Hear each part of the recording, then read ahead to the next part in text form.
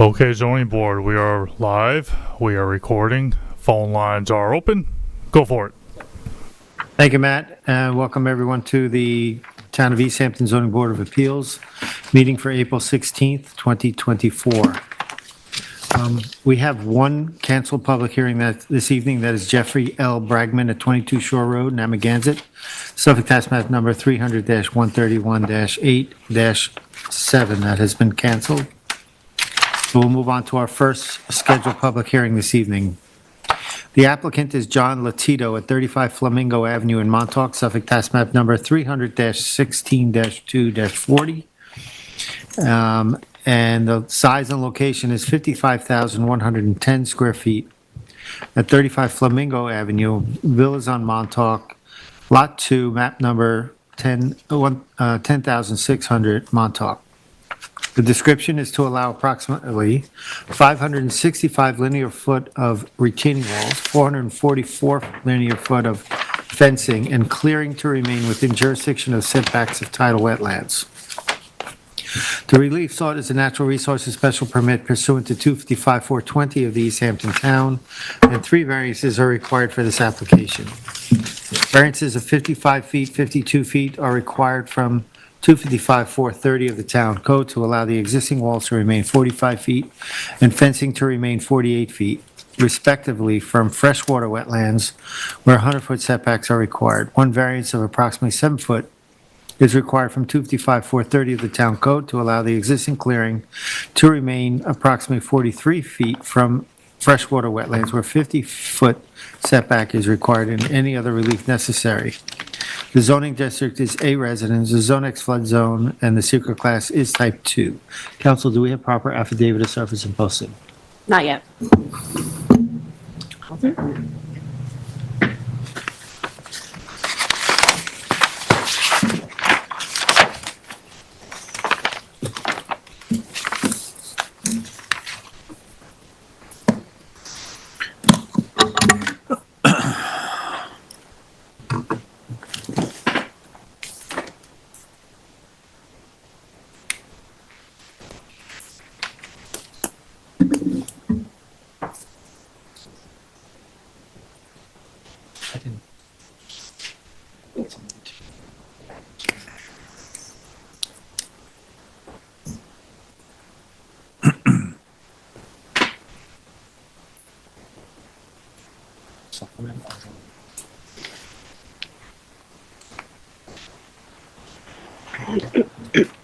Sorry, just 1 second.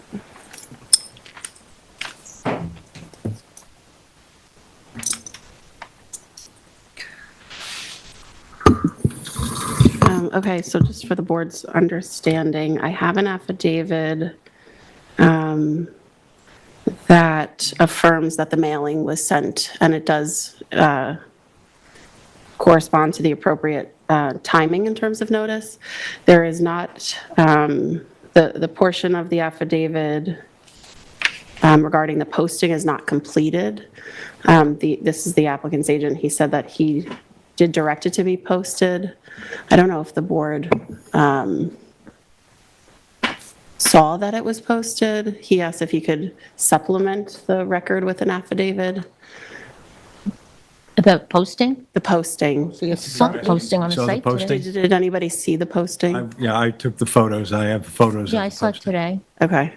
I'm comfortable, since the board saw the posting and the agent is going to supply an affidavit to the record, to at least move forward to our next portion of this discussion, unless the chair, if you want, no. No, say, I'm having trouble hearing. Yeah. Oh, sorry. Mine too. This affidavit is signed and notarized, but it only speaks to the mailing. It doesn't speak to the posting. So he requested, since he does know that it was posted, to provide an affidavit, but he doesn't have it tonight. Will you be able to supply it? Yes. I mean, we could do it that way too, if you want, right? When- Yeah. I mean, Yeah. when did, We're talking about the actual. The poster. No, the mailings are fine. There, and what else? Yes. Affidavit that he did post. Well, let's, go ahead. I mean, I got a little confused because it says 50, the address marked at the property is 15 and not 35, but I saw the posting next to that, so I don't know if that's just a technicality. But was it, I mean, I saw it today. Ed, when did you see how long ago were you there? I was there today as well. Okay, so we don't know I think we when. can continue based on that, I would think, if we get the affidavit, followed up. What's your thought, counsel? What's your advice? Yeah, I'm fine with it because we usually also confirm the posting with a photo that's part of the record. As long as you can supply the affidavit and, that it's accurate as to the date that it was posted, Sure, preferably as soon as possible to the record. yes. We don't know what day. Yeah, So, what we need, Maybe we'll leave the record open for a short period of time for you. yeah, I've actually done this before. okay. Thank you. But we did potentially have another notice question. So since we're here, is it okay, Chair, if I just ask the applicant's agent this question? Do you want to? There's a couple of clarifications we want to get straight, and that is regarding the posting. The posting is, calling for 565 linear feet of retaining walls. Any of those, that 565 linear feet, part of the neighbor's property? Yes, so there is a portion of that that is across the property line and is located on the adjacent property. Okay, and and the same goes for the fence notice? The notice on the fence. So the part of that linear foot of fence is on the neighbor's property. Yes.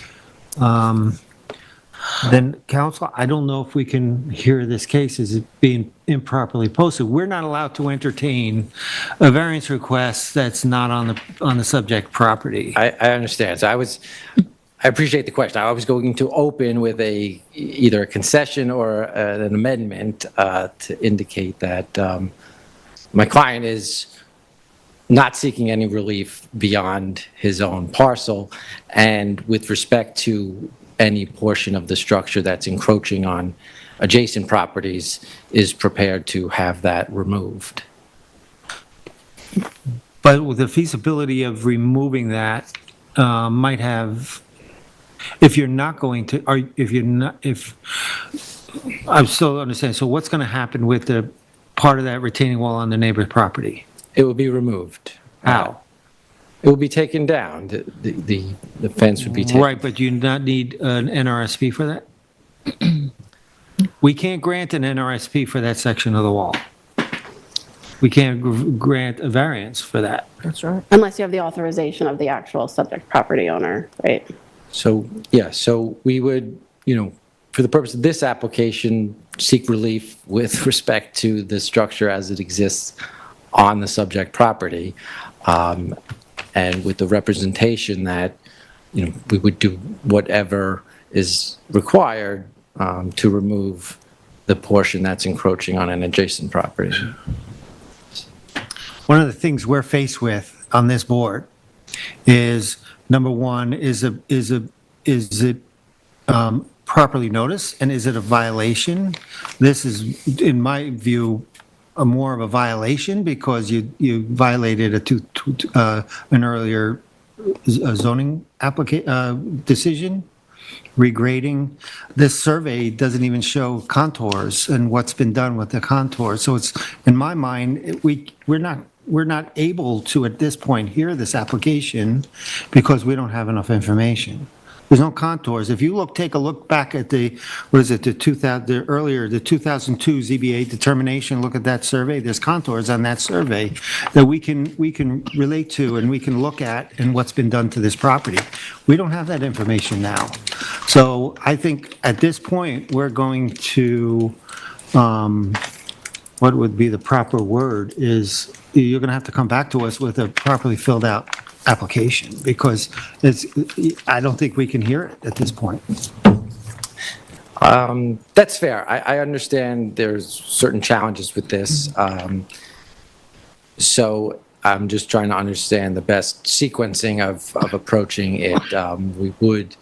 I think the actual variance relief that's being sought is modest. I understand there's certain issues But that there are jump out issues at you. with regrading on this property that we are going to have to look at to the totality of the NRSP to be able to make an assessment on this application, and we can't do that. You haven't addressed the restoration of the property relative to the grades that are approved or the natural grades. So this, in my mind, this application should have been deemed incomplete and not before us this evening. Right, well, again, in addition to addressing the structures that are outside the bounds of the property, also prepared to, indicate either by condition or if it needs to be an amendment to the application, a regrading plan and a revegetation plan to address, any changes from the. I think we would need an affidavit from the adjoining neighbor agreeing to you removing the structures on his property. All right, we can try to have that discussion. Personally, I'm a relatively new set of eyes on the application itself, and so I realized that there had to be some adjustments. I thought possibly we could go forward tonight with the. I don't see we can go forward. We don't have that information. Okay. And we need to see how you're going to restore the property. We're going to give deference to that 2002 determination. And maybe the right thing is how you're going to revert back to it, because that's what's previously approved. Otherwise, another option we have is to turn this over to code enforcement. Well, there was code enforcement proceedings, and I understand that, resulted in a disposition. To my knowledge, that didn't involve, any directive, in terms of a mandatory injunction or anything like that. But we would like to address the issues, but in terms of the simple dimensional relief that's requested by this application, if it can't be addressed in isolation, I understand that, but we are prepared to address the issue with regard to the encroachment and with regard to a revegetation plan. Okay. Can I just make a further suggestion, excuse me? Since you're going back anyway, not totally to the drawing board, but let's make sure that we have both affidavits for the next time. And also, I'm assuming that those numbers, the linear feet in the notice, were picked up from your application. So I think what initially hung, some of us up on the review was that included quite a bit of structures off of your property. So can you get those numbers accurate? And I'm not sure then also if the survey is more recent than like the aerials that are shown on GIS or where that fencing is, but those don't match either. So if there needs to be an updated survey, can you just check into that too so that you're coming to the board with accurate information, please? Roy, as a point of order, should he be introduced? I mean, I don't. Yeah, I know we Who asked for his Yeah. identification? Yeah, you didn't introduce yourself. Yeah, oh yeah, can you tell us who you are for our Sorry, we got into it. Timothy Hill, of counsel to the law office of Stephen Kiley. Yeah. For the applicant. I'm sorry, I couldn't hear your name, sir. Timothy Hill. Thank you. So,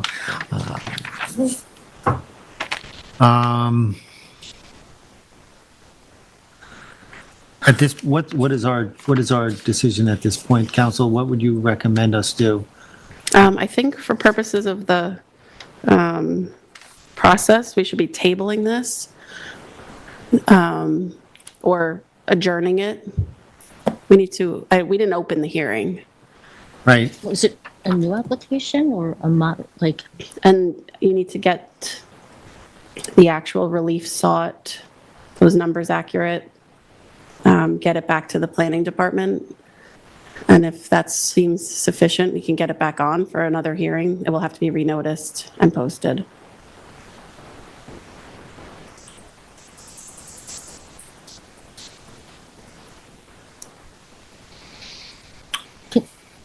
And try to, if you can, to your ability, there's a question here about the neighbor, right, because of the encroachments.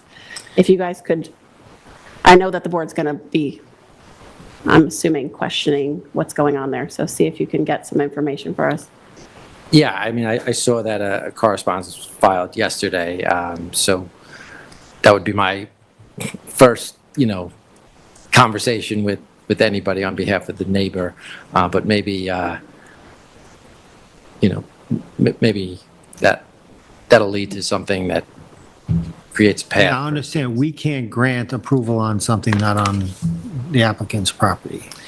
Right, so I guess what I'm saying is, in an academic sense, we could amend the application, right? So it's just the structure as, with the correct linear distance as it exists on this property.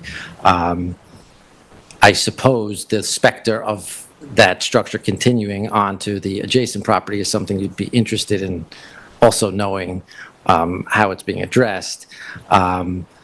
So that's where, I say we could amend and just treat this lot, this tax lot, by its own in bounds, and the structures and the relief that are sought as limited by those bounds. And that would be an amendment. But the other thing I'm struggling with, though, is your contours, the lack of contours on the thing. So yeah, we have a top, it looks like a top of wall elevation. Is that 4598? But we don't know what's been done downhill of that. We don't know what's being done between the house. I don't know how we can look at this application in its entirety. Yeah. All right, so if we're tabling without starting, is that what we're doing? We haven't opened the hearing, so we will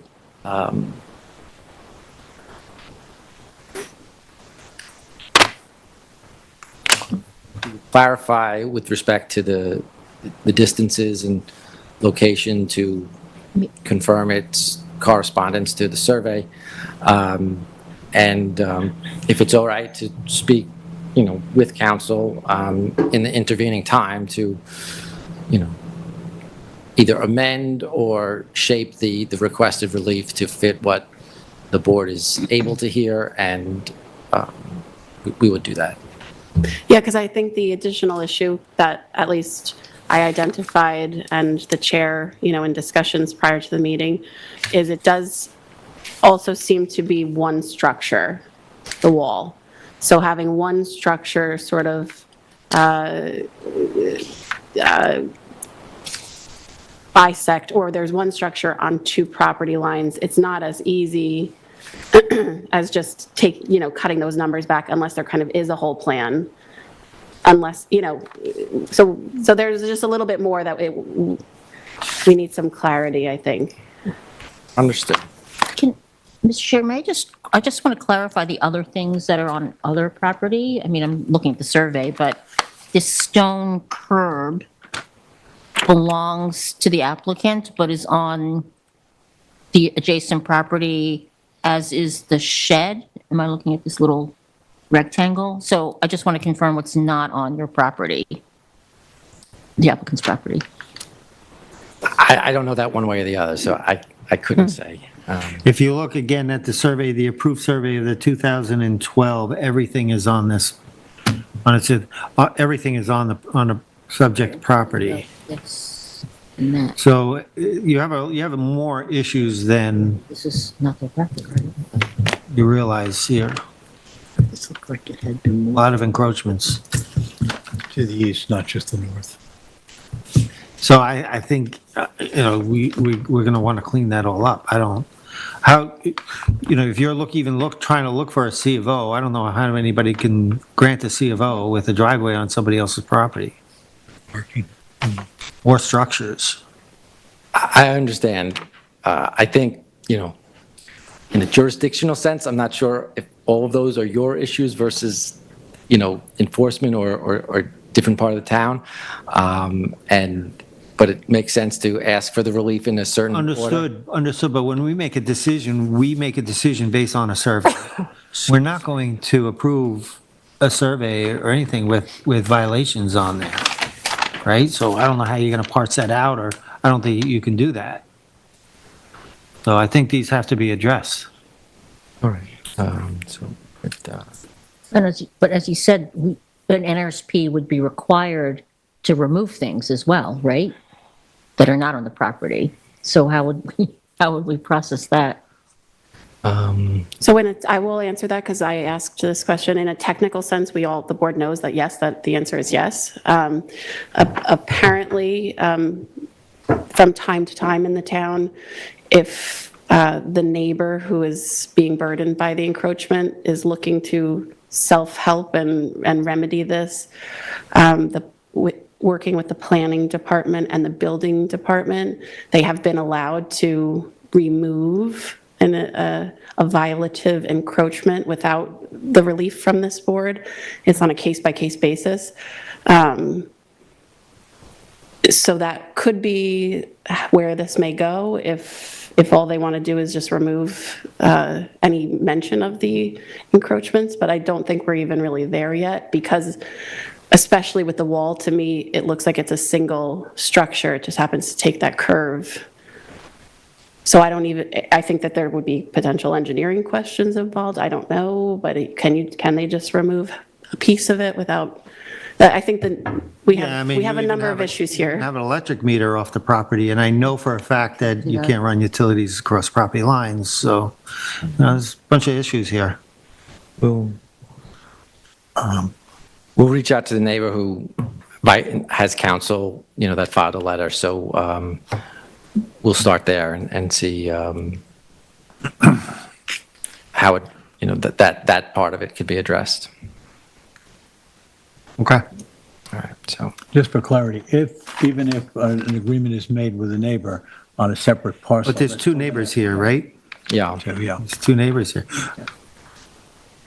I'm just wondering about the fact that any action that's happening on the neighbor to the north where this retaining wall extends, is that going to require an NRSP to have it removed? And so that if we come back in front of us for that action as a separate action. I think we discussed, if you come back with an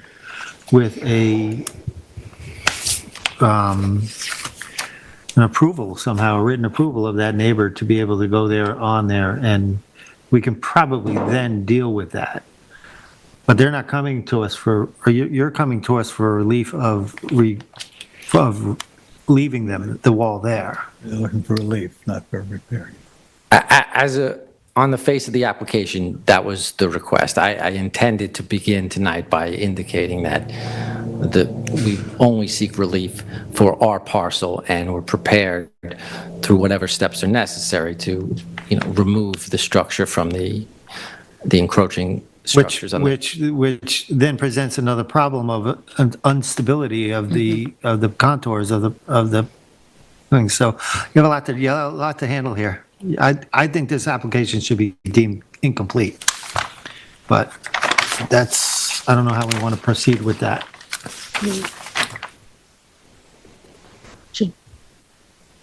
Sorry, this is not a reflection on how I feel about the relief request, but should it be actually denied because it's so, Without prejudice, you mean? it's beyond incomplete Well, that's a in way? discussion, once you have a hearing, we Right, go out and I make a know. decision Yeah. later on within 62 days. Right. The question is, And again, I just want to make clear, I'm not saying deny the application because we'd be prejudging anything, not at all. Okay, so. It just seems. If it's I guess easier- incomplete is right, but. For you not to make a decision, I would make an application to adjourn and do what we can independently and come back and either make an assessment that it is complete and ready for a hearing, good, bad, or otherwise, or, if it needs to be withdrawn and resubmitted. okay, fair enough. I just asked one question. How should the applicant proceed then in dealing with the legal department to talk about how to best approach this and not, where are they going to go from tonight in order to come back in front of us? If you have any specific questions, you can reach out to my office, and we can work through it together. You may not need that, but if you do, you can. I think, but the amended information, particularly the actual dimensions of the structures that you're seeking relief for, should just be submitted back to the planning department. Was this you? Tyler, this is you? You got to link up between me and Tyler and get everything that has been discussed, and that will be a good place to start. All right. I appreciate that. So we will do that. And I'm going to keep these are still going to go in the file. Do you have your own copies or something? Yeah. Okay. Thank you. And I just be clear, we want to be able to see what the end result is in totality, right? So I think that's important. Understood. Thank you. All right, thank you. Thank you.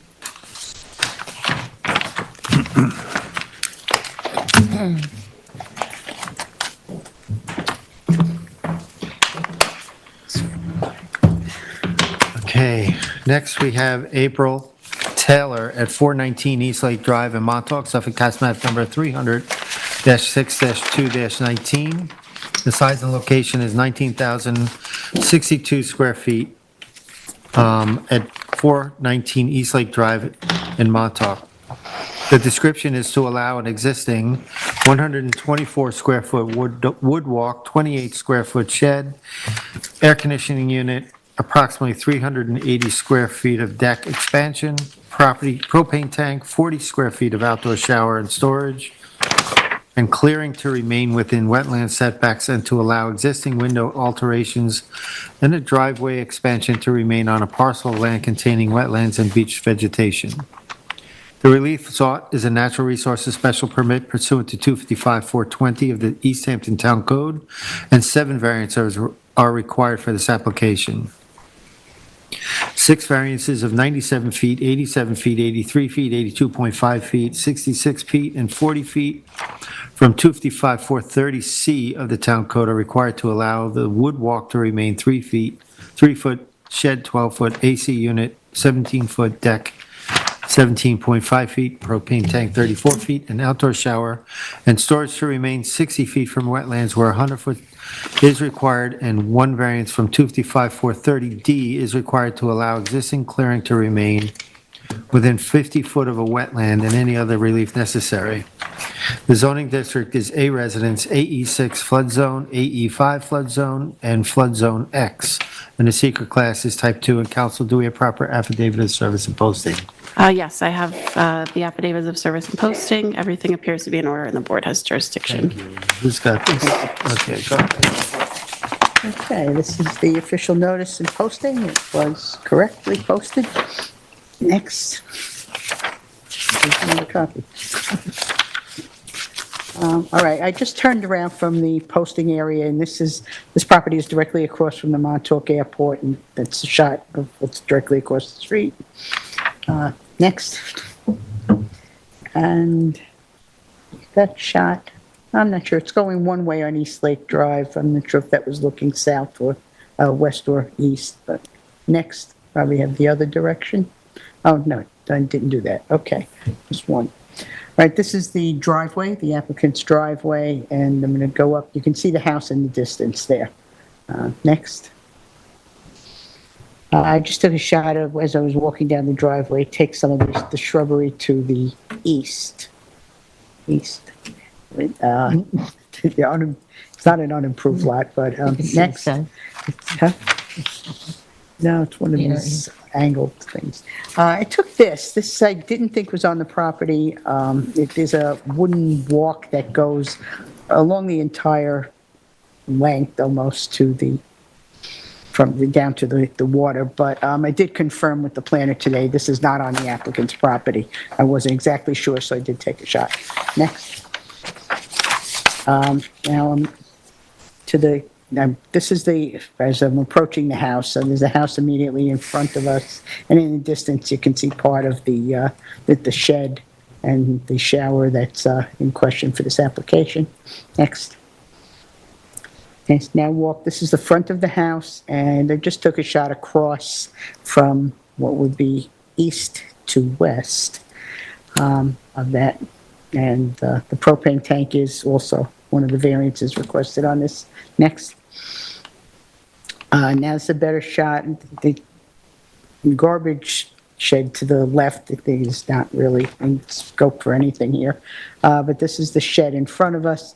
I did not get a shot of the back. The back part of that, it's one unit, that's the storage area, and with the shower behind it.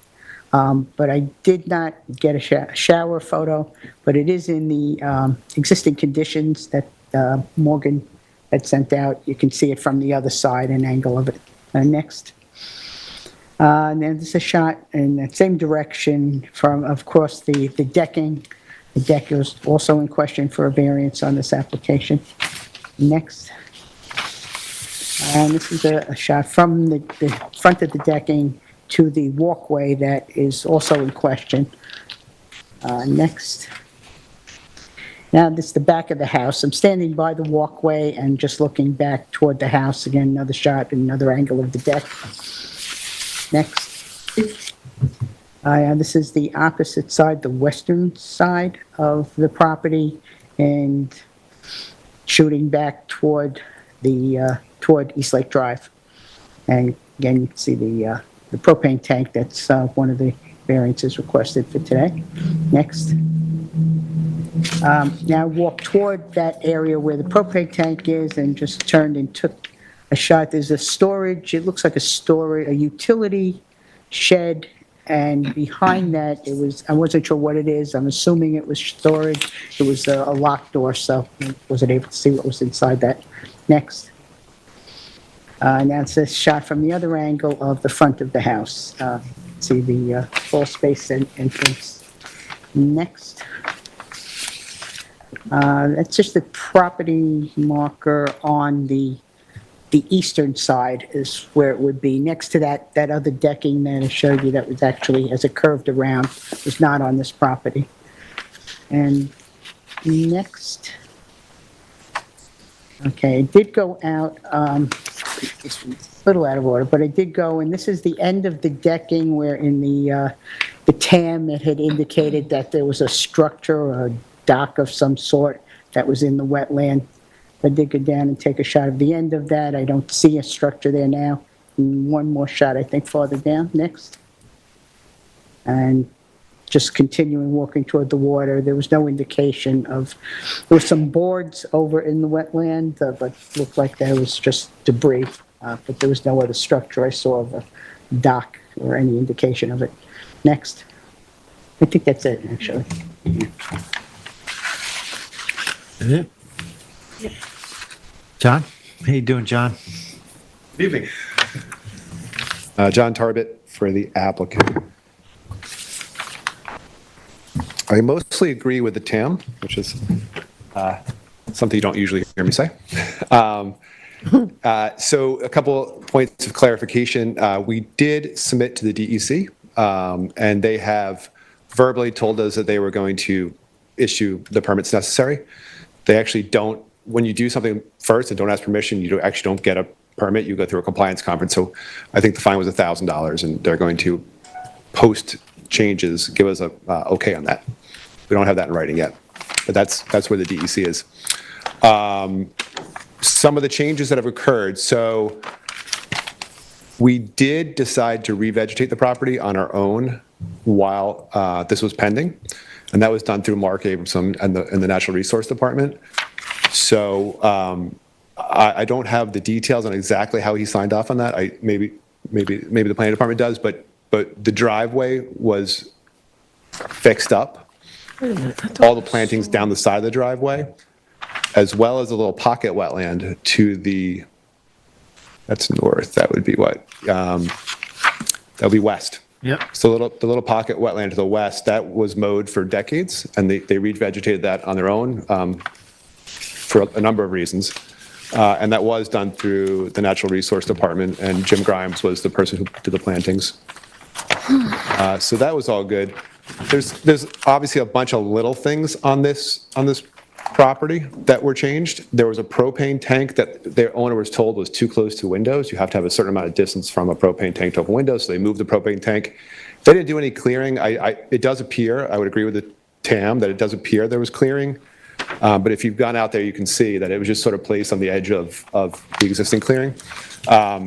it could be moved as an above-ground propane tank. It was next to the house. It got moved to be far enough away. This is a great example of someone who actually didn't come to you and say, hey, I want to, they bought the house recently. They came to you and said, hey, I don't want a second story or a big addition. They're actually very happy with the house that's there now. And they made some changes that they should have permits for first. There is an old septic system, which we do have a town grant to replace, so that's in the process of being replaced as well. So again, the propane tank got moved. There was an outdoor shower, and that got moved, and you see pictures of that. It got moved, as the Tam said, further from the wetland, but maybe closer to the lake. The wood walkway, there was a trail there. As the Tam said, they put some slats down so that there's an argument that it's better than a trail because a trail can sort of be movable, made wider or just relocated. So there is a wood walkway that's there. There was a question regarding total coverage, and the TAM is correct that for reasons that are not entirely clear to me, and it's the same surveyor, but the surveyor did not include the driveway on the CO. And maybe because it was a dirt driveway and now it's a gravel driveway, maybe that's why he decided he didn't need to. But for whatever reason, he now is including the driveway in coverage. So it does appear as though the coverage jumped up, but it's the same driveway. Coverage really doesn't change at all. The planning department did suggest a 50-foot scenic easement, which we'd rather not give it, but only because it's a good, but we will agree to that. And the only reason you wouldn't want to do it is because at some point in the future, you might want to come back for an addition to the house, and you're gonna lose your trading or your mitigation, but they have no interest in asking for a bigger house, so we are willing to agree to the proposed mitigation, which is a 50-foot scenic easement. I am not aware of any detriment from anything. The house was redone on the outside, and that should have required a natural. The deck. The deck would be so the deck was made a little bit bigger.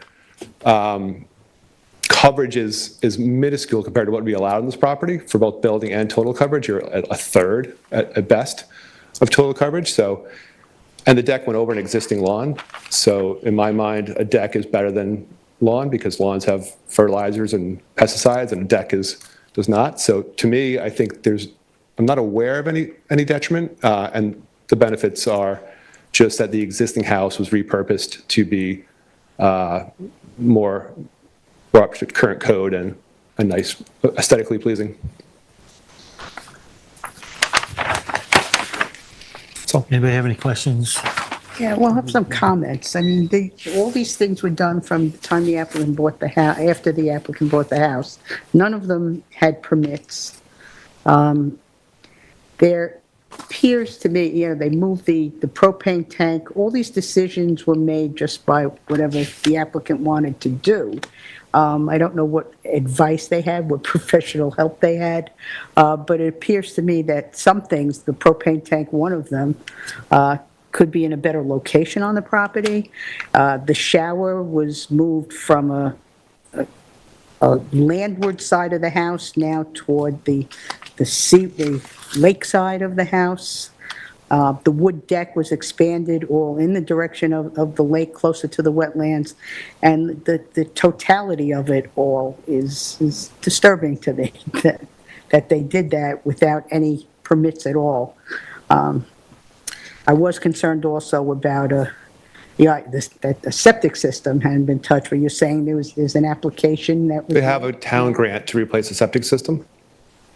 Yeah. They have a town order? They have a town grant to replace the septic system. Yeah. Okay, so you... They were waiting on a county grant. Excuse me? The only reason it hadn't been done yet was because they were waiting, and maybe the planning department can speak to it. I think we may need some sort of permission. Certainly, since we're here, we'd like to include that as the requested relief. Whether you need, the planning department can speak to it. I think you may need some sort of permit to replace your septic system close to wetland. But we would make that part of our application, that we would be requesting that relief if that's necessary. It's hard to address all of your concerns because some of them are as globally, because some of them are a lot more understandable than others, right? Like if somebody comes out to your house and says, hey, your propane tank it's an above ground propane tank. It was sitting on the lawn. It got moved to a different part of the lawn. So, that might be understandable. the same with the wood walkway. Some guy says, hey, we're just going to lay some boards down so you can walk back and forth to the beach. I think your deck, the deck is probably the most significant change. I'm seeing, maybe the board agrees. What the story with the deck is that when they bought the house, the deck was completely rotted, they fell through it. So somebody came out to replace the deck, and it got rounded off, for lack of a better term. And then there was a little addition. The deck, which is lower down to the east, so again, it was put over lawn. It should have had a building permit, there's no doubt about it. Again, I don't think there's any detriment from it, unless you think otherwise, but I don't think the planning department thinks that the deck is causing any detriment to the wetland. The outdoor shower is actually further from the wetland. There's a wetland on the east side on the west side of the house, that it's actually further from the wetland in its current location than it was. The shower is, but it's closer to the lake then. Well, that would prioritize the lake over the other. I mean, I think a wetland is a wetland. But it was so legal where it was. It was legal where it was, but now it's further from the wetland. Unless we're going to, I think a wetland is a wetland. I mean, so it's gotten further from the wetland. But closer to the lake. Right. That's if you devaluing a wetland over the lake, that's true. Well, they're both important. They're both wetlands, right? There's also, on the survey that was submitted with this, 11/23/2022, that's the latest one that there is? That's the one I have. Okay. It was on the one, well, the one, you addressed the propane tanks, you said were moved because they were, You can't put the existing location was not to code. You can't put it within a certain amount of, I think it's 5 feet of a window. So it was moved away from the window. It's an above-ground propane tank sitting on a lawn. It was sitting on a lawn before.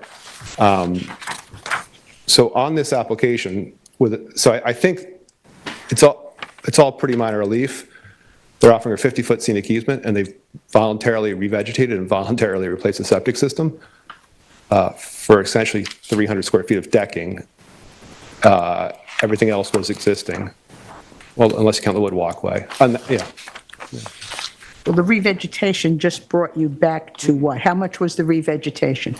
The revegetation, we don't have it surveyed, but you can see it on the property when you go there. And there's no detriment. There's without a doubt, there was no clearing for any of this. There's been no clearing on the property, only additions of vegetation. We voluntarily, they didn't want to wait for the application to get to, once they realized, when they realized that they should have had permits for this stuff, we submitted an application right away. And then while in the process, they decided they wanted to revegetate. So learning from their mistakes of the past, rather than just go out and do it, they processed it through the Natural Resource Department. So the revegetation was done through the Natural Resource. Mark Abramson reviewed it and approved the plan that was done there. There was never any clearing done. But is the Well, revegetation? there was clearing done. Is the revegetation? No clearing. I'm sorry. On the 2018 C of O survey, the clearing is existing at 7,442. And on the survey that you submitted with this application, it's 7,777. So to me, I it missed sounds the like first the number. Is it- revegetation was done to bring you back to the levels of the C of O back in 2018. What's the total change between the two? So the neighbor to the 300 north something. had a boat on the property. 335. 335. The neighbor to the north had a boat on the property. See the gap between in the north side of the property, there's vegetation. The neighbor to the north was storing his boat on the property. So what's the total? There was, the two surveys is like 30 square feet or 50 square feet? No, that's 335. It may have been that he did, it's Bramble, I don't know who did it. We did not clear this property. And we did have to have the neighbor remove his Something boat. 335 feet got I cleared. suppose it's probably, What they did. it's not on the lake side, it must be on the north side. And there may have been, between the CO being issued and the new survey being done, somebody may have cleared, and again, there was a boat doesn't fit in that gap, so I don't know who cleared it, but overall, we voluntarily revegetated the property. Back to that level. Maybe, I don't The know. boat was being stored on the applicant's property? It was, yeah. Yeah. And I just want to clarify, because I couldn't hear you clearly, John, sorry. The revegetation that you've been done is not yet reflected on this It didn't get survey? picked up by the survey. Sorry, No. what? It did not get picked up by the survey. It's, if you go to the property. How do we address that? Again, shouldn't that be addressed in our decision? You could, yeah, you could, we have, Gary Benson's going back out to pick it up. he's probably a week or two out from showing it on a survey. Because the proposed clearing will be changed, is that correct? Do you have a will be. letter from There'll be Mark additional- Abramson as to what the clearing is now on the property?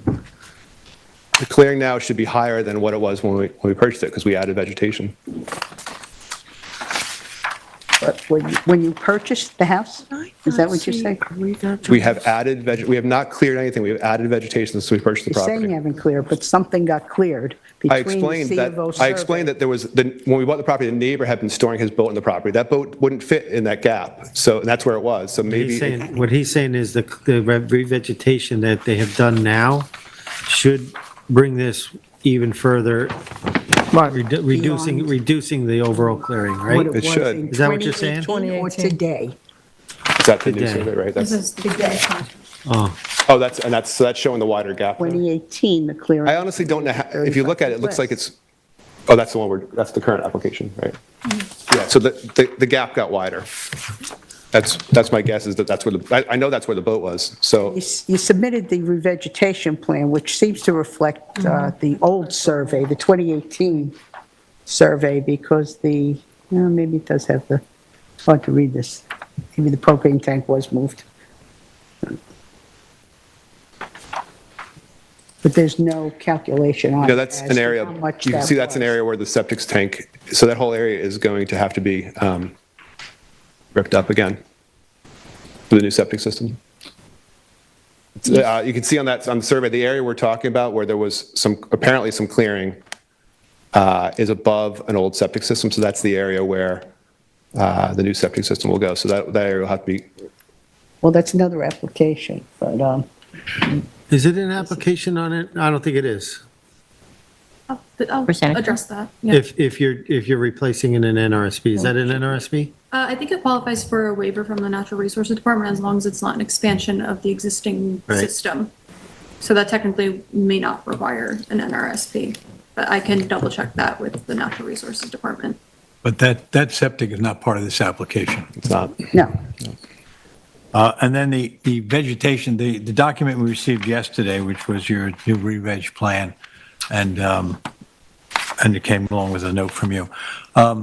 That's being proposed as possible mitigation for the request that they're making? We already did it, so it's not really mitigation. So this is all done, what I'm looking at here is all now complete? It's So there now, yeah. So when we were out there on the property, whatever, this week I was there, when they were out there, this is all in existence? That's right. Okay. Yeah.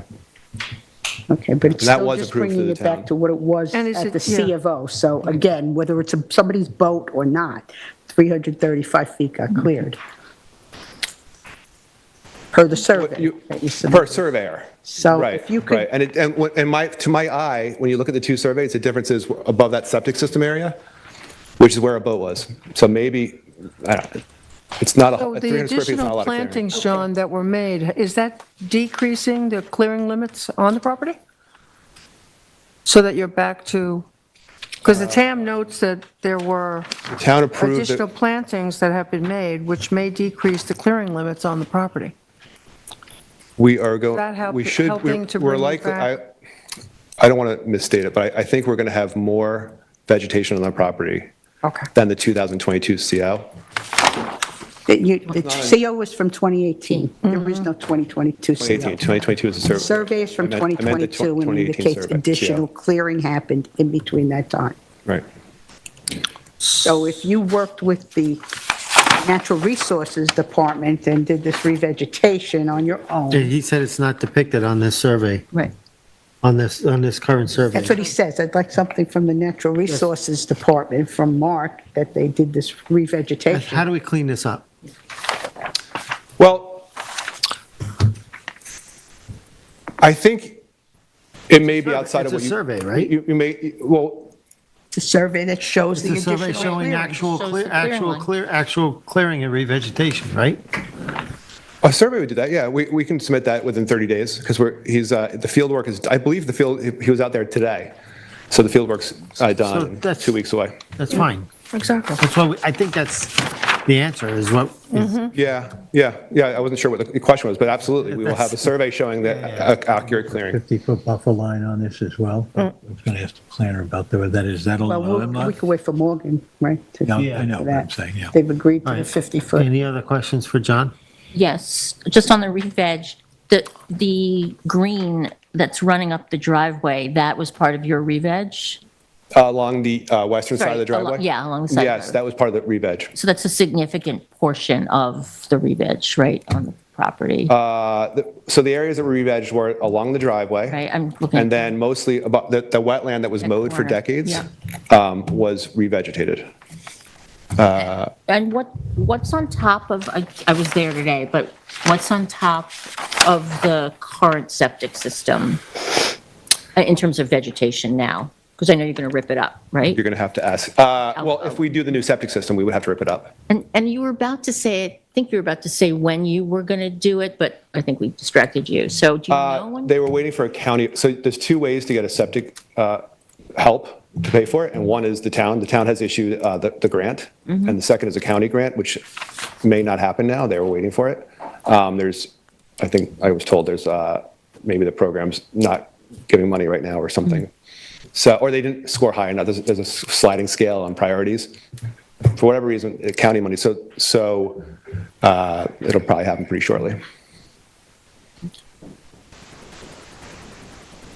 Any other questions? But I think because we already did the septic isn't really part of the application. I know, it's just- Unless I need a permit for it, in which case we'll ask for the permit to do the. Right. And so the mitigation would be the 50-foot scenic easement. I can't really offer the re-veg because we did it already. So. Thank you. Morgan? How are you, Morgan? Hi, good evening. Morgan Slater for the Planning Department. You swear firm to tell the truth, the whole truth, and nothing but the truth? I do. Thank you.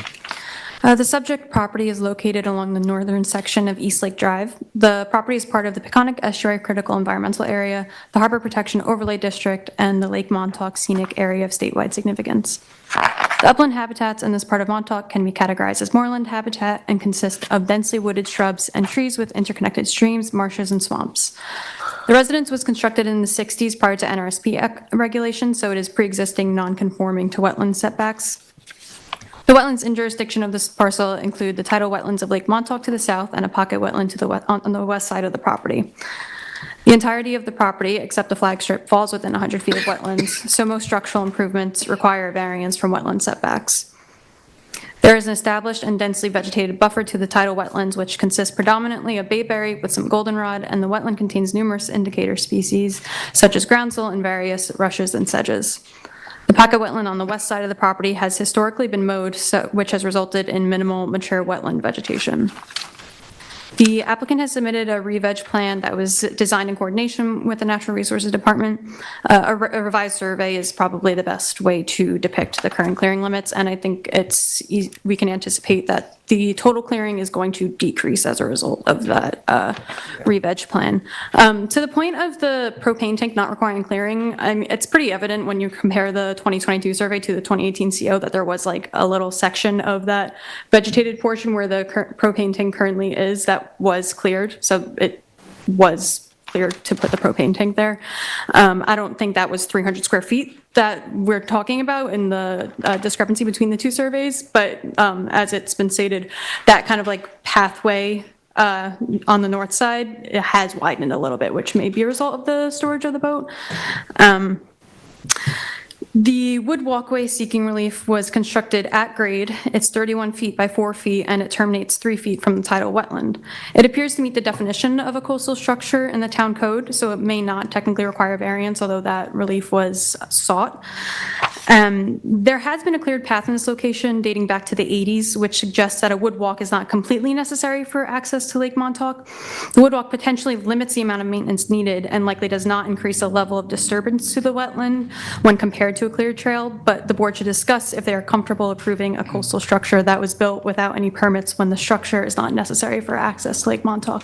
I also noticed in board member Berger's pictures that the floating dock that was on the shoreline, I think is now out in Lake Montauk. So that is technically a coastal structure also, but a letter was submitted to the file that it would be removed from the premises. And we would just recommend that maybe that would be a condition of any sort of approval of this application, that that is removed entirely from the premises, if they are not seeking that to be included in the NRSP relief. The shed and AC unit are located on the west side of the residence and require substantial variances from the pocket wetland on the west side of the property with setbacks of 12 feet and 17 feet.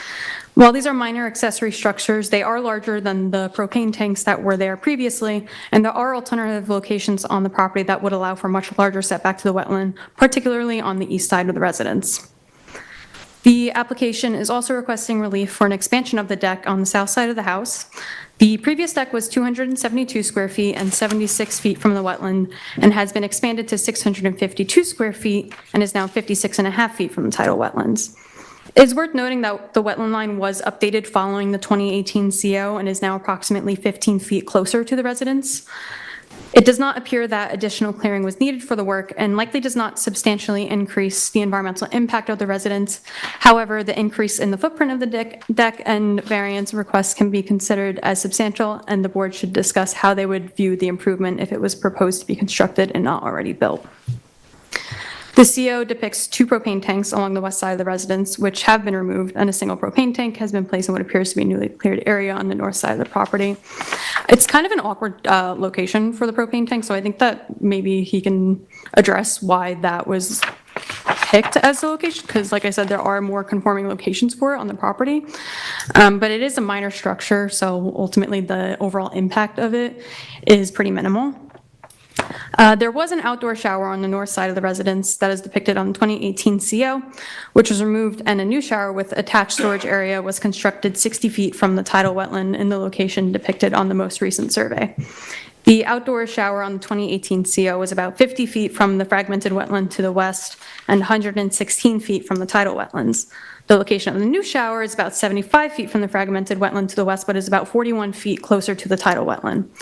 The fact that a new shower was constructed in a location that is less conforming to the tidal wetland when there was a legally existing shower already on the property should be heavily considered. While many of the structures are minor, the fact that they were built without permits and require substantial variances when there are more conforming locations on the property make the application's extent of compliance with the variance and NRSP standards questionable. The planning department does recommend a 50-foot scenic easement established over the vegetated buffer, which can be mitigation for any approvals that the board decides to grant. And I think that's it. If the board has any questions, I do my best to answer them. Questions from Morgan? Anybody? I do not. Just wanted to clarify the your interpretation that this could qualify, could qualify. Obviously, you're more expert than I am, but given that you really you never needed that to access, I think that's what it talks about, access the body of water. I mean, you know, the overall impact of it is definitely, it probably won't be any more impactful than the cleared trail. And I think I had said in the TAM that it could actually kind of refine the amount of maintenance that would be needed for access, because, you know, a trail needs to be maintained. It's very easy to overclear or make it wider during that maintenance, whereas if a wood deck structure, as long as it's not treated wood, which it doesn't appear to be, kind of keeps it uniform and may not require as much maintenance. And, you know, it is a coastal structure at the end of the day, though, and it was built without permits, so that's just something for the board to consider when making their decision. Could you clarify for me what's happening at the termination of that walkway down there? You said there was another structure that has to be removed. We didn't see it when I was Yeah, so it's not depicted on the survey. I think I have some pictures in the existing conditions of it, and it can be seen on aerials stored on the shore. It looks like it's, you know, one of those docks that people kind of have an anchor to, and then in the summertime they put it out in, you know, the waters and kind of use it as like a swimming, you know, activity. Raft, yeah. But, you know, and the definition under the town code is that it is a coastal structure and would require an NRSP to be kept. And then in terms of the easement, the line of the easement, if we're looking at this survey? Yeah, so there's no depiction of the recommended easement.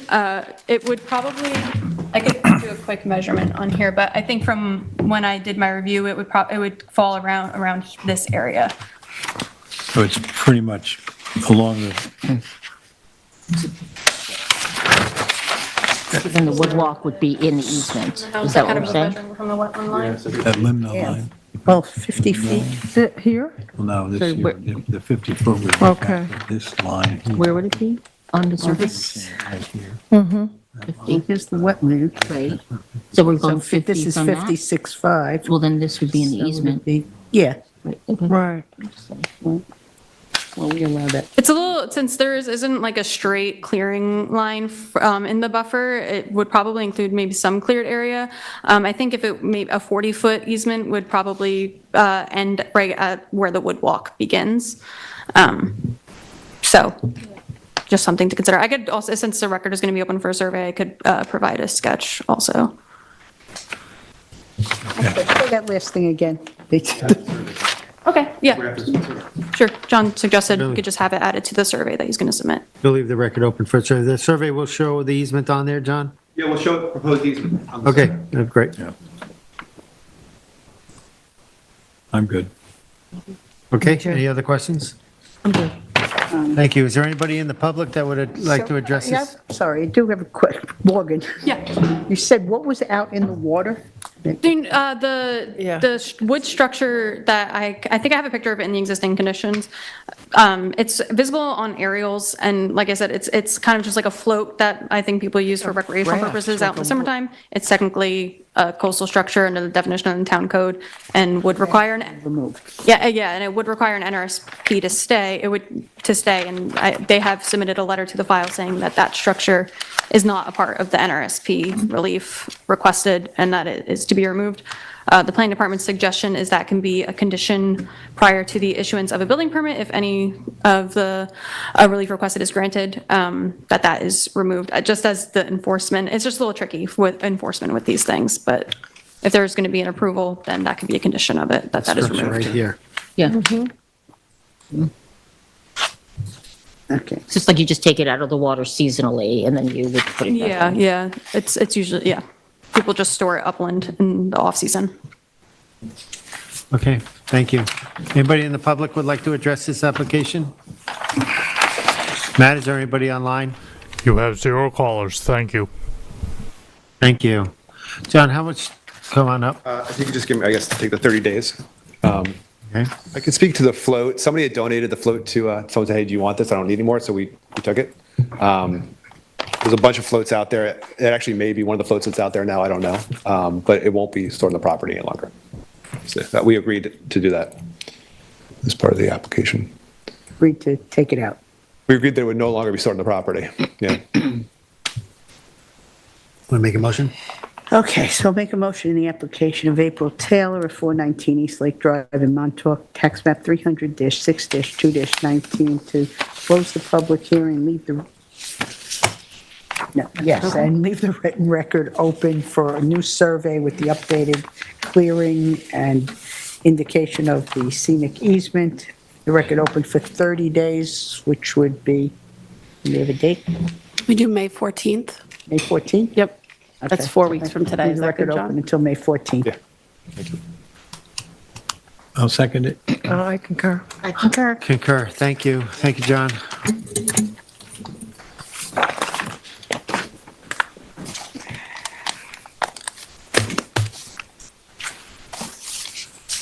Okay, next we're gonna, we have a continuation hearing on 117 VBA LLC, at 117 Bayview Avenue in Amagansett, Suffolk tax map number 300-84-1-3.1. And it's a tonight's agenda is a board's discussion on a determination of significance.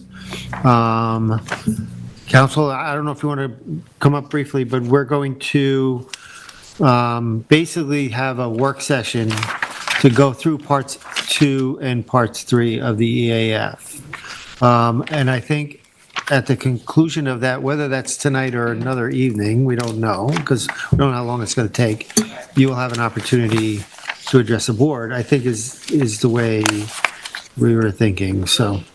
I'd like to address the board quickly if I You could. want to come up to the mic, please? I appreciate it. So I think it's important. So I appreciate the time. So good evening, Mr. Chairman, members of the board, Brian Matthews, Curtis, Cooley, and Shuron here on behalf of the applicant 117 BVA LLC. And I'm joined tonight by Nick Greco and Diana Hines, the owners of the property. You know, we've been here a few times, as everybody knows, and here we are still for the purposes of discussing SECRA. We've had a lot of discussion on that, about procedurals and substantive and everything else in between. But before I get into SECRA very quickly, I just want to make sure that the board reviews the photographs and the structural report of the geocubes that were placed in the record. I know we placed a structural report in the record from Paul Delandro a few months ago that showed that these geocubes have reached the end of their design life.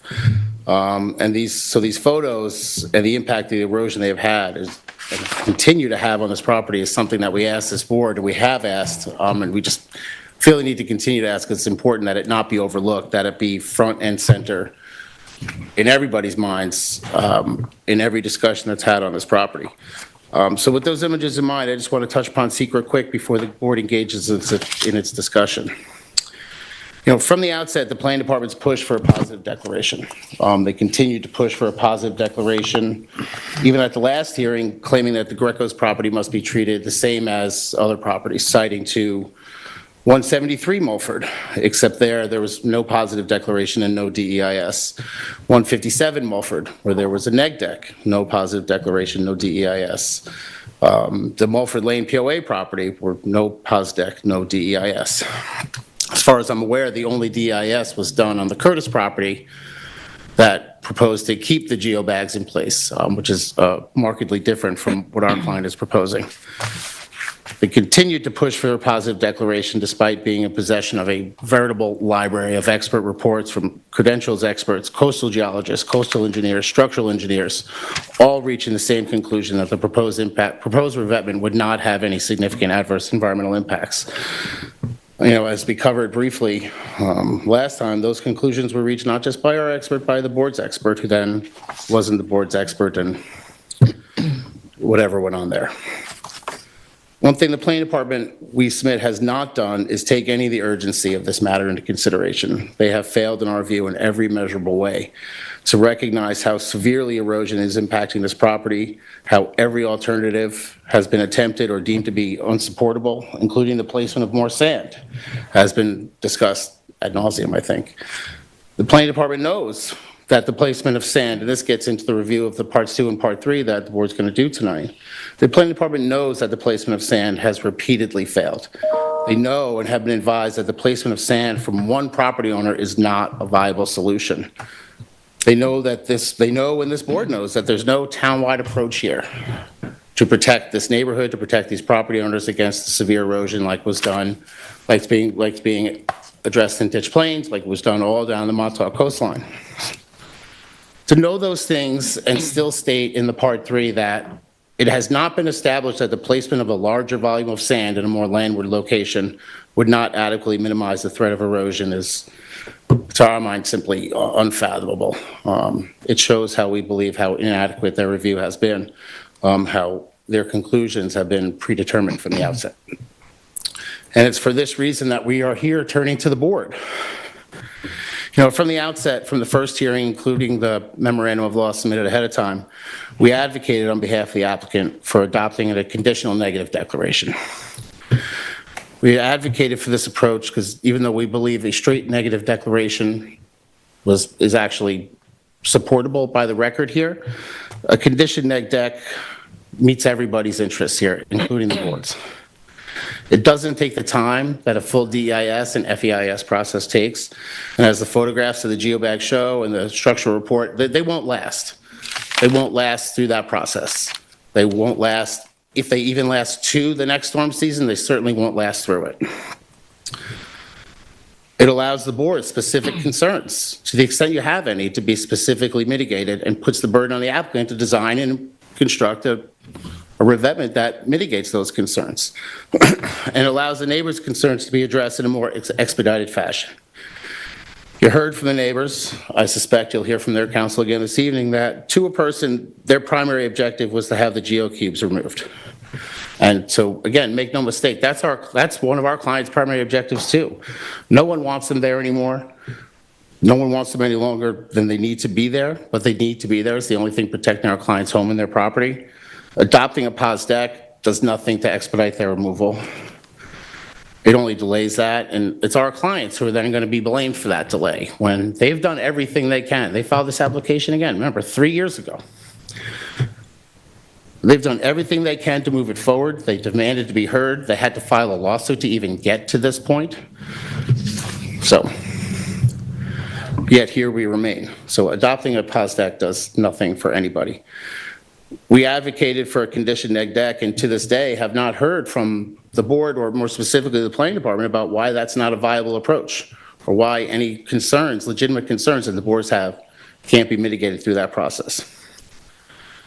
Instead, what the planning department did, as we know, is edit an expert report that was then never submitted to the record until we foiled it and submitted it. And then to take the unprecedented approach of having the town's planning director stand in front of this board and make light of the applicant's concerns and mock their application. Please recall, the town's planning director stood here at the April 2nd hearing, mocked their application and called it a farce, or in other words, a joke. You know, the applicants are tax-paying property owners in this town, and while people are free to have sincere views about pros and cons of hard solutions and soft solutions, there's no question, no debate about the very real issues that their property and their home are facing. And to have the planning director take that approach and to make those statements is just unwarranted, and it honestly should send a chill down the spine of every homeowner in this town, every property owner in this town, that that's the approach the planning department took. You know, I can tell you from experience, years of experience, that response is how people feel when they need to come before these boards and come for any board in this town for an approval.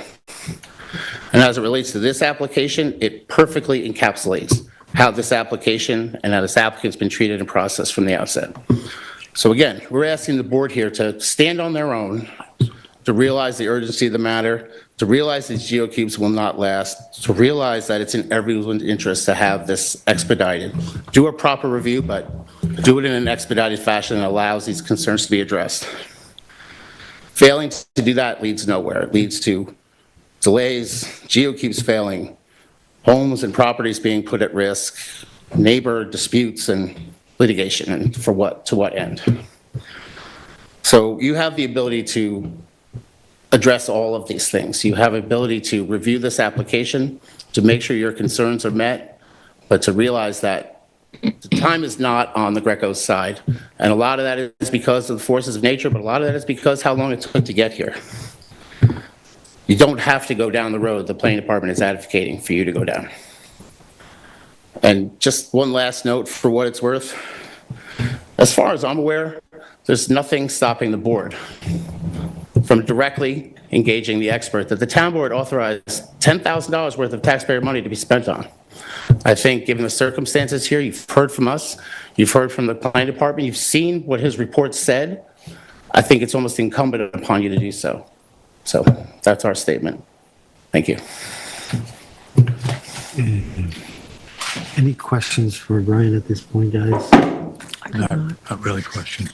Thank you. I have one about the conditioned neg.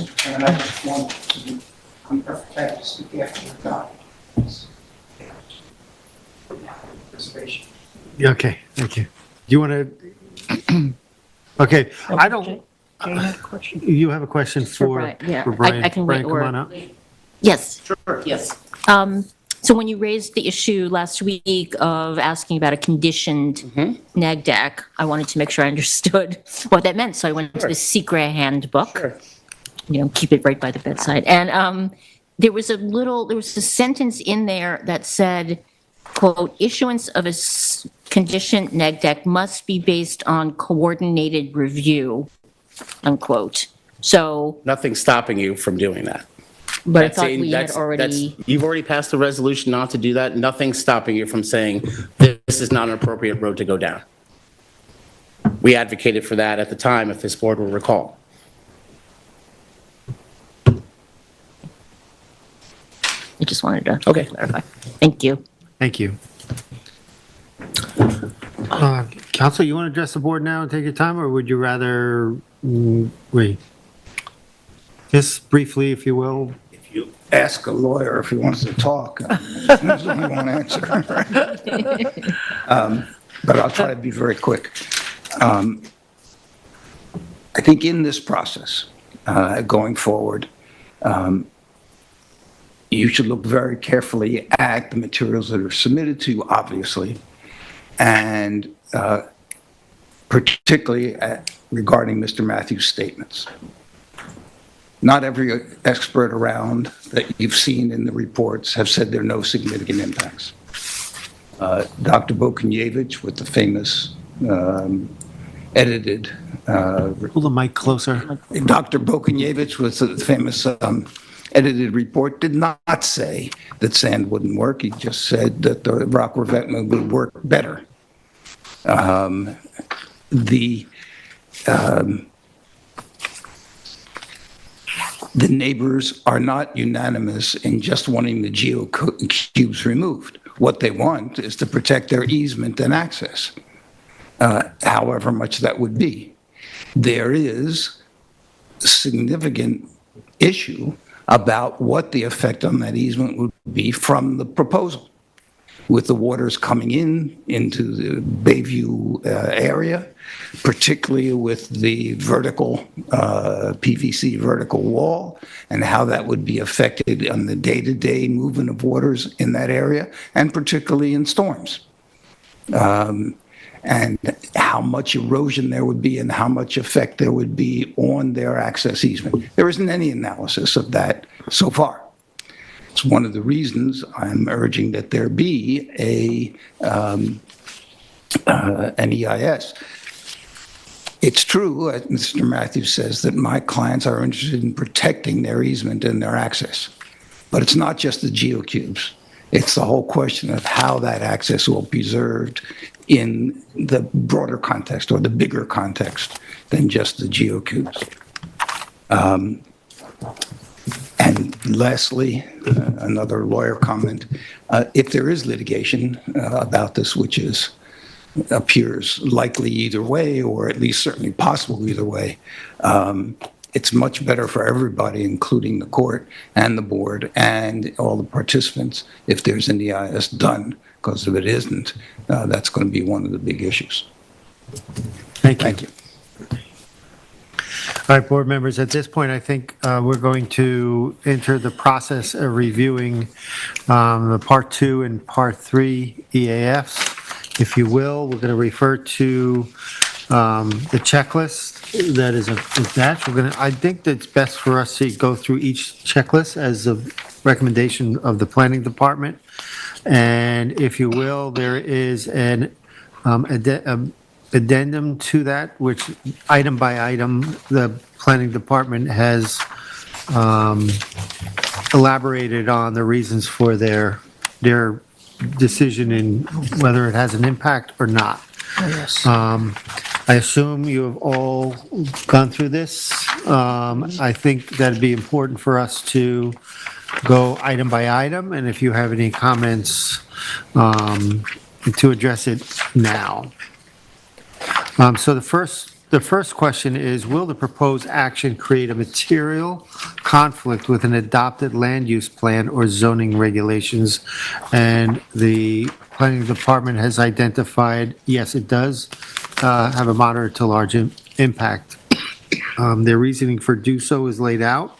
Does anybody have any questions, any comments on that explanation?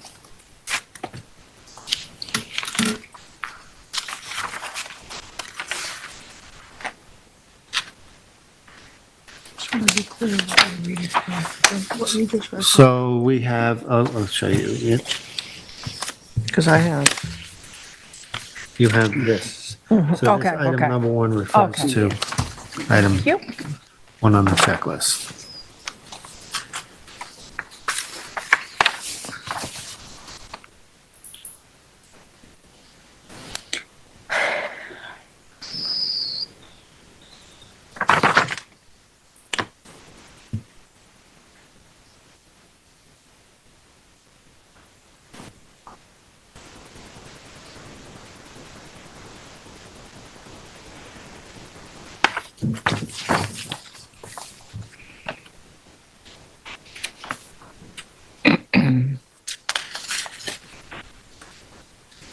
In summation, if you will, the expansion is referring to parts of the code where it is addressed in this situation. We have the LWRP, we have talked about that in the hearing, we have the coastal erosion overlay district, and so on. So,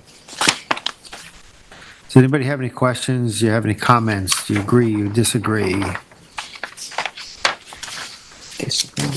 No.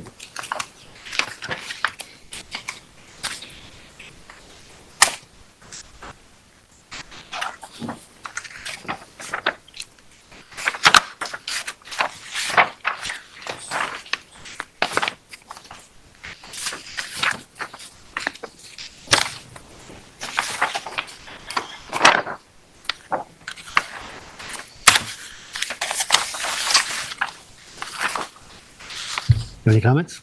I think that, when I read through, well, material conflict, just, to me, I look at that, tell me if this is the way to look at it.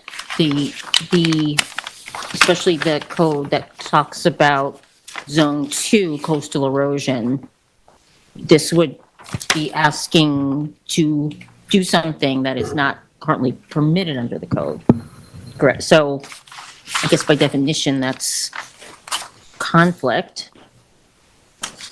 It doesn't mean that the applicant doesn't have a right to come and seek relief relative to that, so I'm not saying that, but it would seem to define number one with a check mark on moderate to large. I think the town code is pretty specific, especially when it comes to this area.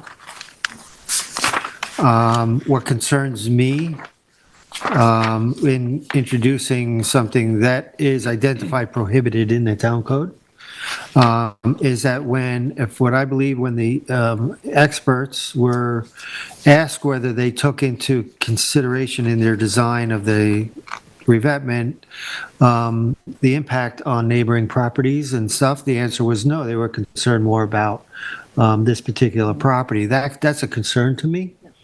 So I don't think we've seen anything relative to what that was, and those environmental impact. And I believe it should be looked into. I don't know, what you feel into.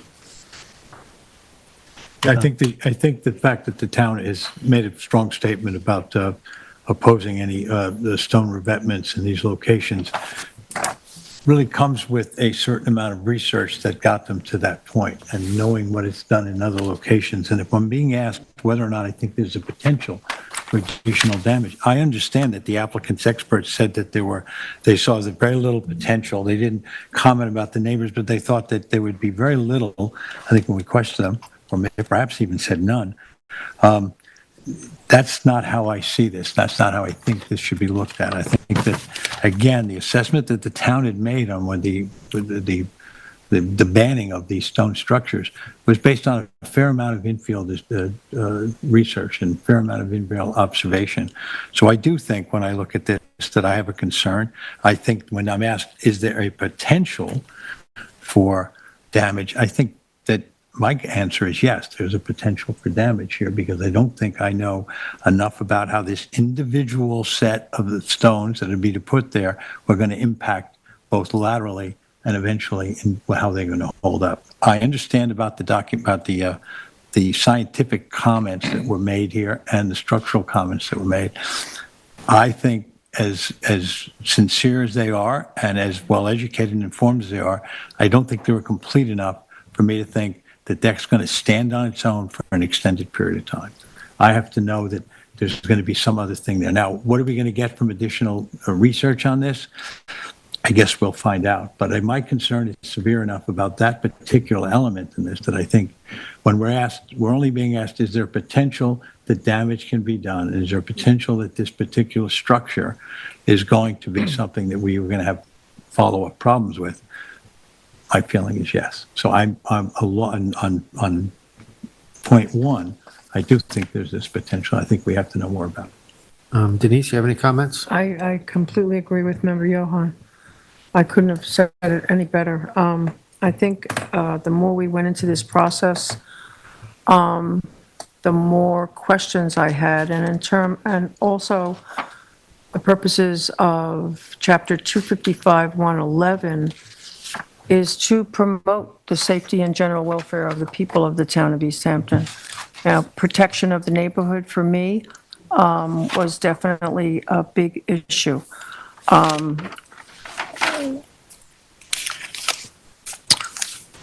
also think, well, we'll go through this one thing at a time, but this does reference the local waterfront revitalization program, which the town planning department is responsible for the review in the town's coastal area for consistency with those standards. And for me, does the project protect tidal and freshwater wetlands? Does it maintain and improve public access to shoreline and to water-related recreational facilities while protecting the environment? Does it retain and promote recreational water-dependent uses? These are questions that are still out there that I think need to be addressed. Thank you. Terry? Yeah, I agree. The history of this, I mean, clearly all these restrictions and were put into place based on some experience in the town, maybe in areas not far from here and in other parts of the town, that before these structures were made illegal, clearly showed that they exacerbate the negative conditions on the coast and everything, and these rules were put in place because of that experience that the town had as a whole a long time ago. And I don't see there were a lot of maybes, possibly. We don't expect any impact in all the documentation that we received from all the experts. But there is no definitive yes, there will be no impact at all. It just. And again, I think the standard by which we're supposed to look at this is there a potential? Potential. It's a potential is the key word. So despite everything, I do still think there is a potential that could have a large impact. I mean, there is somewhat of an elephant in the room on this, and that is that draft town expert. That was a draft opinion, and I think we have to weigh. I would look at it the way I think of it as weighing that as is it a final? Would the applicant themselves have issued a draft and say this is a draft, please accept this as Bible? And so my opinion of that is probably still out there, but I think we have to address that and look at it and weigh that as whether or not it's legit or not. I don't know yet. Just one more question, since I'm just trying to stay focused on question 1. When we think about create material conflict with adopted zoning regulations, this would seem to be a place that I would consider the potential impact relative to zoning code in terms of the potential to set precedent for other applications as well. And I think we have discussed that a little bit. So I think that is a potential moderate to large impact in terms of conflict to planning and zoning regulations. That makes sense. Okay. Good. Move on to number 2. Will the proposed action result in a change in the use or intensity of the use of land? It'll have no or small impact may occur. Do you agree with that? We're talking just about the applicant's property. Is that true? Will the proposed action result in the change in the use or intensity of the use of the land? And this is specifically for the revetment, right? Yes, I believe so. For the whole application. The whole application. Whole application. Full application, council? Okay. I think it's in the language here. And I think in the language, will the proposed action result in a change in the use or intensity of use of the land? And I think that the reason why with the recommendation from the planners was that it's not, we're talking about the intensity of the use of that particular piece of land. I don't think that it does have a significant change. I think it's in the same parallel. In other words, it's a residential property now, it'll be a residential property in the future. The house is proposed to get somewhat larger, but I Yeah, don't but know, we're I don't talking know about, if we're it's, talking about use, right? well, or intensity. Or intensity, Right. true. But I'm just saying, it's an increase, but I don't know that would create a moderate to large impact in terms of intensity. It might have some, but I don't think it would get me moving the check mark to the right. So I agree with the no or small impact on number 2. I do too. Well, I think potentially, well, again, going back to the roadway and the protection of the roadway. So again, I just want to, I just say, so you're saying what? I'm limiting my answer to the, or my interpretation specifically to the lot owned by the applicant. I don't know if that's correct because it says of land, but that's how I'm looking at it. And I believe that while a house getting somewhat bigger, I don't think I think it's a small impact in terms of intensity of use, but I wouldn't say I can see it as potentially moderate to large on number 2. It's just so. Okay. So we okay with leaving it there? Yeah, I am. I guess so. Okay, thank you. Yeah. All right. Will the proposed action impair the character and quality of the existing community? And the answer they put it is no. I mean, yes, if moderate or large impact may occur. That is number 3.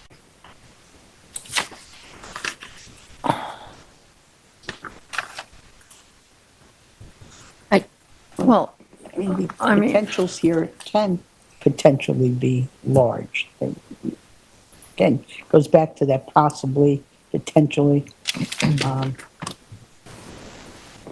You know, we have the discussion of the, you know, the vinyl wall and the structures up against the roadway. We don't know. And yes, Yeah, it could be a very large impact as a result of that. And, you know, well, again, as Terry just said, that we don't know the impacts of the PVC wall. It's to protect the concrete wall during wave action. Will this cause scouring? Will this create a flood corridor? I think there is a potential for adverse impacts and nothing in the file to tell us what we need to know in terms of what those impacts will be to the wetlands to the west. So the neighborhood has already been affected by this. They don't have beach access, that's been taken away. One neighbor talked about the geocubes being dangerous to children. So the geocubes are prohibiting access, but I think I agree with this will, you know, we need to have more information on the impact this will have on the community, and it already has had an impact. So we need a more detailed analysis to address these questions.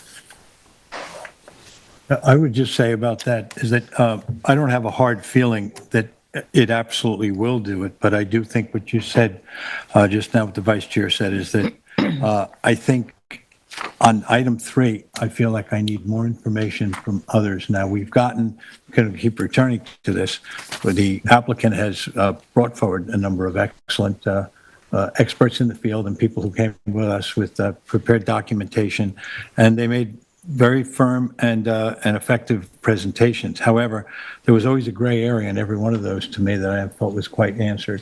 And this is one of those areas here on 3 where I'll say that I'm not sure when I look at this, the proposed action is going to change the characteristics of the existing community. But I'm not sure. That's the thing. And I think potentially this is going to keep happening on a lot of these questions, is if we're not sure what the impact is going to be to have this revetment there long-term dynamically in a very changing area, I do think that this it comes into the same as number one. I felt firmly about one. I feel less firmly about this, but I do think we need more information from a little bit more of a detailed report where I can get a feeling for the fact that the kinds of things that are described in the planner's note here to us are ones that we have a legitimate reason for taking into more serious consideration. Thank you. Any other comments? Good, Terry, or? Okay, move on.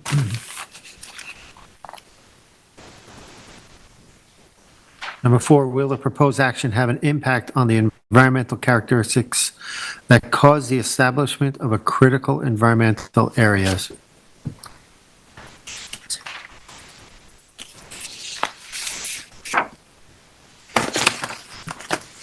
And the answer is yes. So let's go to number 4.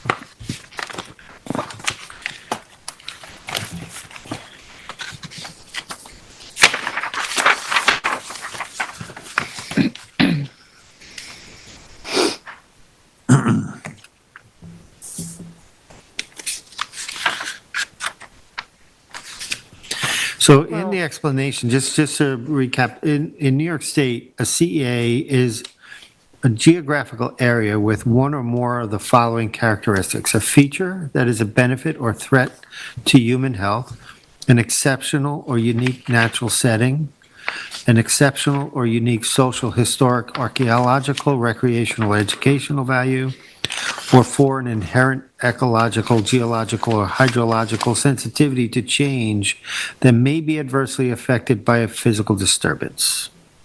So that's the definition of a CEA. So the question is, will this have an impact on the CEA?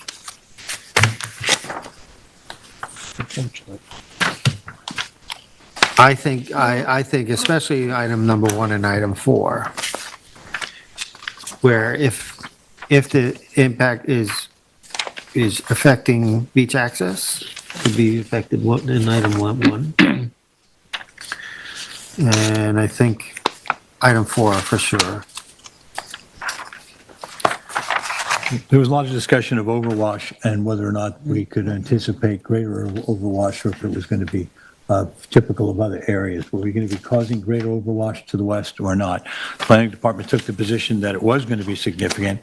The applicant's experts took the position that they did not see it being any different than the overwash we'd see in other areas.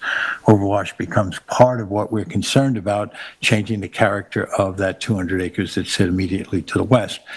The overwash is going to fill in and stop the proper functioning of the wetlands, and that's a concern. Is that something that we have to consider that's going to be exacerbated by this additional feature that gets added to the shoreline? What's the answer to that? We've gotten 2 opinions here, and we can go back and forth. I think we keep returning to the fact that is there more research that'll tell us something a little bit more about what we have to know? I think people have come with a position, and we've had to recognize those positions, but I'm not firm in this that I think that somebody has told me something that absolutely gives me a direction. I think I have to get more information to know what this is going to do. So I give deference to the applicant's experts because I think they were very firm in their explanation, and they did some research. But I also know that it seems very logical to me that this is the kind of damage that happens when we do this kind of, these revetments, we do this hardening of the beaches, so. I agree with that, because one of the things I think about is, will this erosion control structure have the detrimental outcome in interacting with the shoreline on a continual basis? And I don't really think we have enough information to know that, and I think it's our obligation to explore these different potentially environmentally detrimental impacts to the neighborhood, the property. And it's absolutely due to the unpredictable nature of the shoreline action. So I feel that there's more information we could have in terms of how this will negatively affect the neighborhood, or if it will. Go ahead. Just, we keep seeing it, I keep going back to the other structures that have existed prior to them being legal. We know that there's damage done. And in all the testimony of the experts, there wasn't, the town has dealt with this since the town existed. I don't see that any of the experts had a specific case that was stated in any of these, in all the documentation. It was great documentation, it's very informative. A lot of research was done, but I guess, maybe I'm from Missouri, I'd like to, was there a particular case at a location in the town of East Hampton where this was done with no negative impact to anything in the town? Yep. I mean, I think the shoreline will erode up to where the revetment would be installed. I think we want to understand more about how quickly that will happen, and then that erosion of the shoreline to the wall with no other understanding of how when there's no beach, that would seem to mean there will be a moderate or large impact on the environmental characteristics that are essential to the CEA. I mean, to me, there's no question that hardened shoreline structures have an impact, long-term impact on the shoreline. Even some of the experts that were before us, especially someone like Aaron on some of the previous cases that were mentioned earlier, has been before this board pointing to the fact that the other shoreline structures have caused damage to the property that he was representing. So we have evidence. We know that. So I think we have to look at that in sincerity.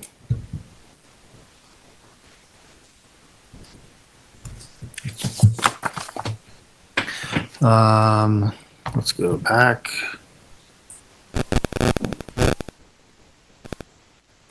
Items 5, 6, and 7 are all, and let's see, 5, 6, 7, both parts of 7 are identified as no or little impact. Do we agree with those, board members?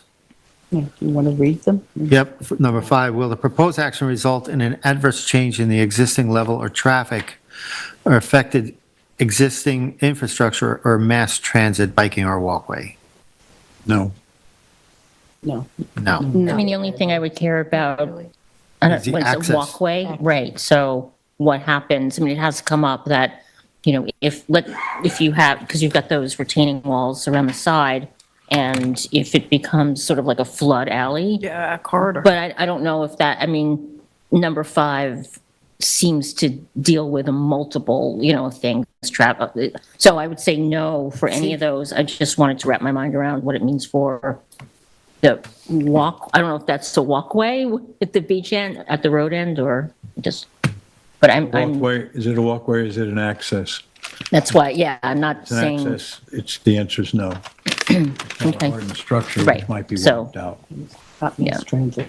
Yeah, well, Well, there is an walkway, there is an access, a road access. We hear lots about it, a lot of neighbors, a lot of people have been before us. We do have the ability to change these, and if you want, but I don't know if it applies to this one. Maybe, Brian, I don't know if you want to comment of what the intent of this one might be. Does it relate to the access of the neighbors? Brian Frank, on behalf of the Planning Department. I don't know Brian, if you I said swear anything. to tell the truth, the whole truth, and nothing but the truth? I do. I believe the way that question was interpreted was more high-volume transportation systems in terms of Okay. walkway, not you. diminishing the importance locally of that as a shoreline access, but in the context of mass transit, biking, or walkway for large numbers of people. then I agree, no to small. Addressing this particular piece? The question that we were just having, yes. Because it's come up a number of times, so I just feel it's important to reiterate, and I know it's been stated before. You're talking about access. There is no deeded access for any of those neighbors across Bayview Avenue to the beach. Nobody's looking to stop that from happening, and the geocubes do that, but by design, it was not, the intent of there was not to cut it off, and it remains that way, because we have a number of applications here in the building department to open that up. But there's a statement made about there's deeded access. That's not the purview of this board. There's a litigation pending between one neighbor, I believe it's just Mr. Karpinski, to establish that he has deeded access to the beach. To the best of my knowledge, as I stand here today, none of Mr. Bregman's clients, who he's not stated who they are, for the record, which I think is probably something that should be done. None of them have joined in that lawsuit. So it's an important thing because it seems to be important on the board's mind. But determining deeded access is not something that, and I know counsel, who I trust very well and trust their judgment, will advise you on that. But that doesn't exist, and it's not the jurisdiction of this board. I thought that was. I think the board's ready to approve that there's little or small impact on this particular one. Understood, but I thought that was important. Thank you. Thank you. Okay. Briefly, please. The whole reason I'm here is about access and the deeded access to all the neighbors along Bayview Drive. And for Mr. Matthews to say it doesn't exist is just wrong. And the court has already denied the motion to dismiss the pending action about that. The neighbors that I represent may very well join in that access, but there is clearly easements that are not deeded, but they're part of the subdivision. And the subdivision sets out that everybody who has a lot there has access. So for him to say there's no deeded access is just disingenuous and misleading. Thank you. Thank you. We agree with number 5 board members. Yes. Yes. Thank you. Number 6, will the proposed action cause an increase in the use of energy and it fails to incorporate reasonably available energy, conservation or renewable energy opportunities? I think we can all Yeah, agree that I that's agree. a no. And then number 7, will the proposed action impact existing public-private water supplies or public-private wastewater treatment utilities? And that's, I think, an obvious no.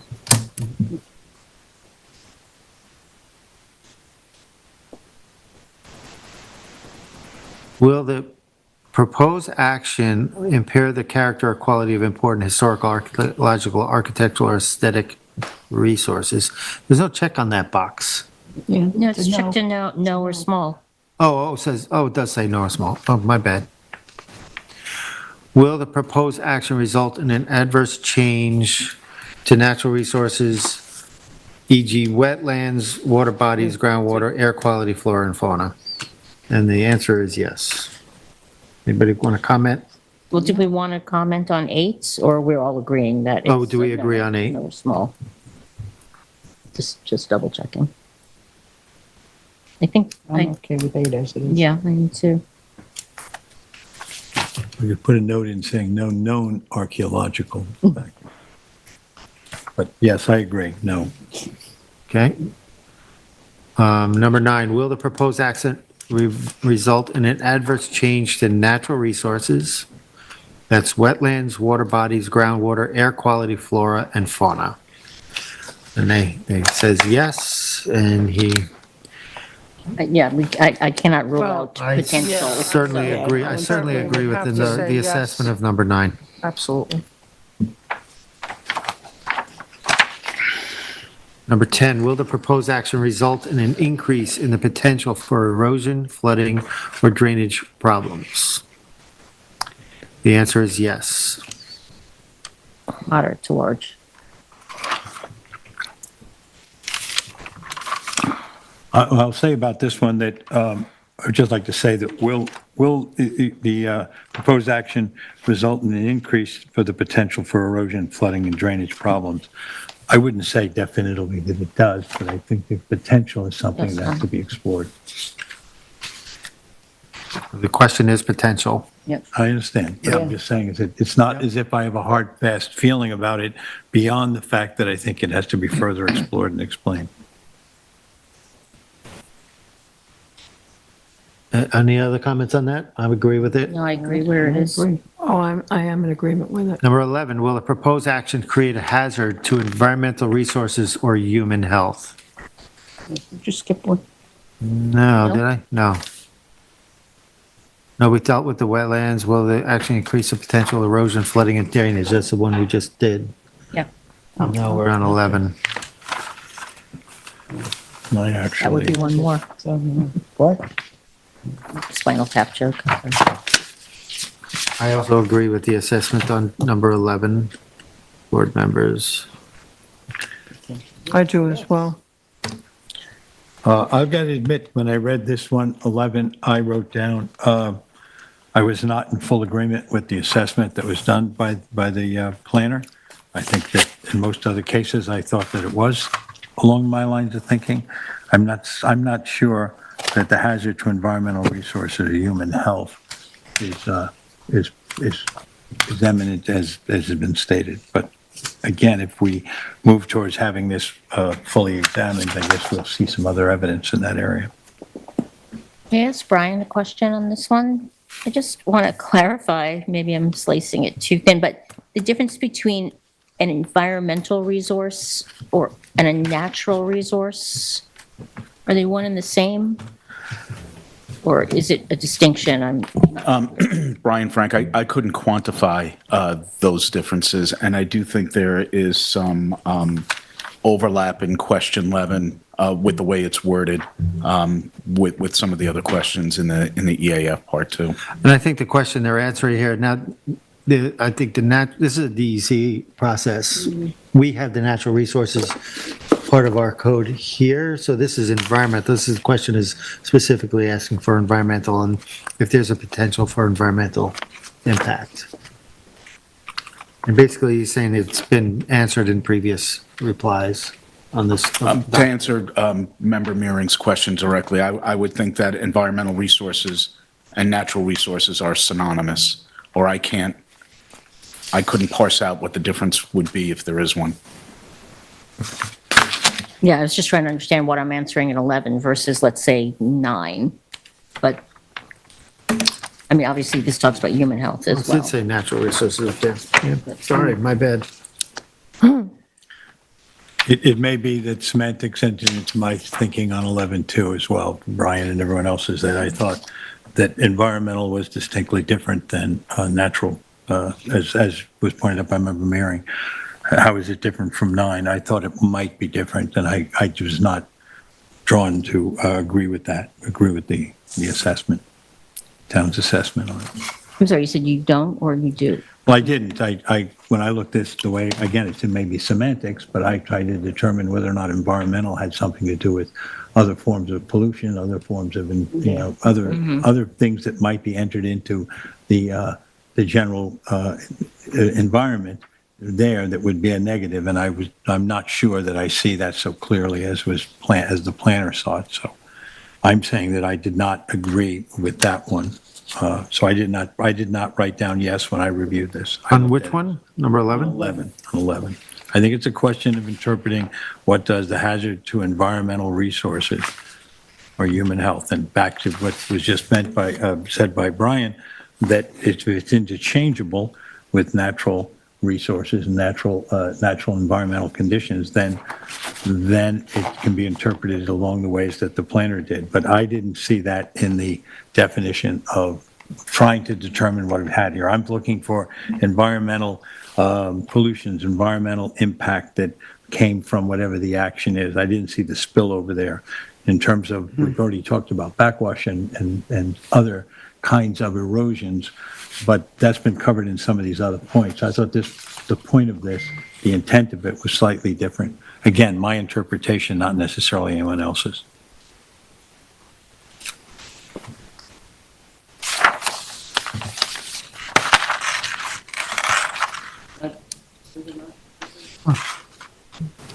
Okay, come on up. I think I just, Before you start, I think we're at the point where we're done discussing this document. So if you want to address it in closing arguments or whatever. about that that provision you were just discussing right now, What's that? provision 11 that you were just discussing. I think Member Johan pointed out accurately, I don't think there's any reason to think that these are duplicative statements. I think one talks about impact to natural resources, and I think you have to look at hazards and it does have to be quantified, and if you're not able to, I think your instinct is right then, and I think that's where the answer takes you, respectfully. Yeah. Can I ask Brian if you could address that? Bring the mic closer to you too, because everyone's talking quietly tonight. It seems like. Well, I'm not sure what, with respect to Brian, I'm not sure what he meant. Maybe he could explain the difference between a hazard to an environmental resource and an adverse change to a natural resource.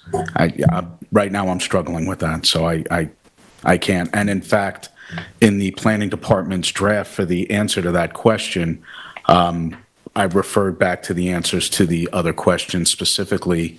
Right, there's more than just the one that dealt with the natural resources. There's others that are applying here. That's why I'm agreeing to this.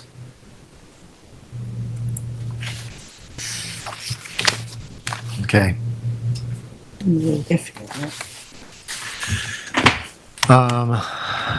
Brian, do you have anything to add? We're gonna probably give a direction of where we're gonna go. Do you want to address us before, Well, or? I mean, we've given, I understand what the board's doing. I understand what the board is trying to do. But you've kind of implied earlier that the board is complicit with the planning department. I just want you to make Well, sure I think that, it was, go ahead, I'm sorry. but I just want to make sure that we're sitting here as an independent board. So please don't make that inference. Well, I can understand that. I think you have to understand that. And again, this is no personal attack, but this is how our jobs interact, correct?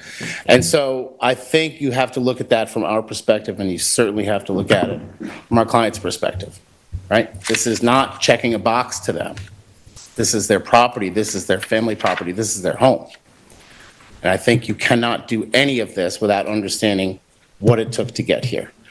And so, and it was brought up, Mr. Chairman, you brought it up, and there was discussions about, and I believe Member Johan brought it up, in the connection of the overwash. You have incomplete reports from your own expert. I think I can't fathom how this board is going forward on making any of these decisions with that sitting out there. There was a discussion about the overwash. You don't have 2 reports, conflicting reports. You have 3 reports, including the one from Dr. Bukinewicz that did not agree with the planning department expressly on that express issue. I think pushing forward in the manner that the planning department has prescribed since before even an EAF Part 1 was even requested, because I know that question was raised by Mr. Chairman several times. When was the EAF Part 1 submitted? It was submitted when it was asked for, 3 years after this application was filed. None of that should be lost. None of the impacts that are presently there should be lost, and I struggle to see how they're not being lost, how that But from actual our impact perspective, in the from our day-to-day. perspective, sitting here, we're sitting here with an EAF that we have to review, and we're doing our job at this point. I understand, but it's a manner of the review, it's the process of the review. I think we've said our piece that we take issue with it, and it's respectfully, we take issue with how this application's being handled and processed from nothing to 100 miles an hour.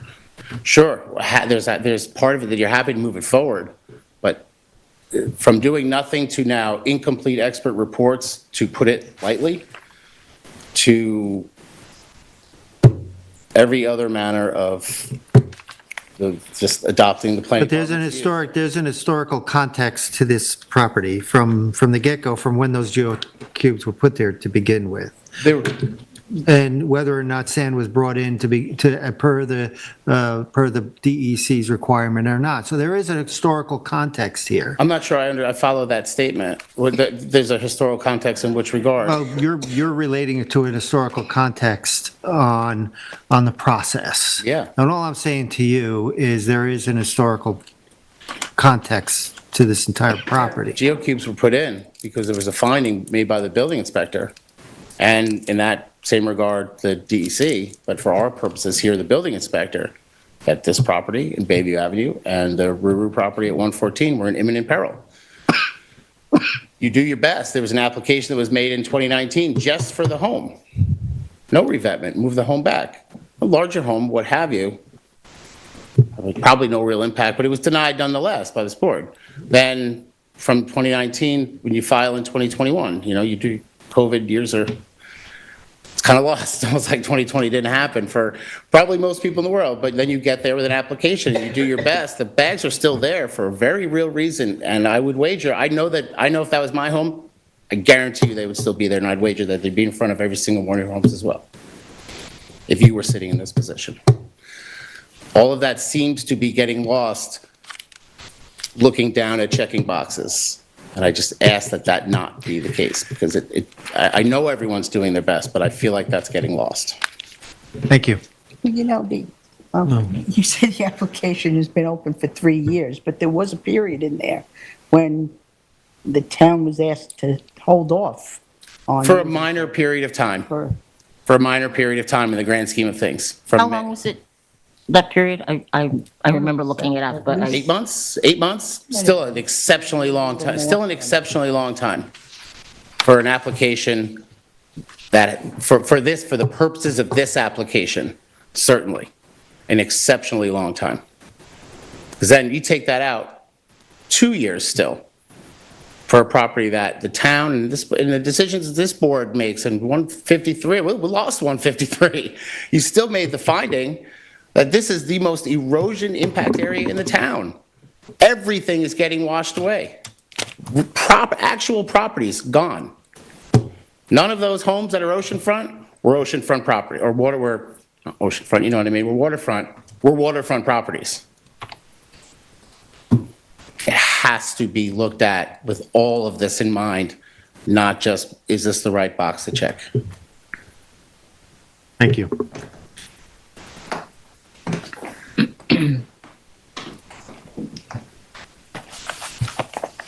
I think you should take the big view, and I suggest to you that that's what the EIS does.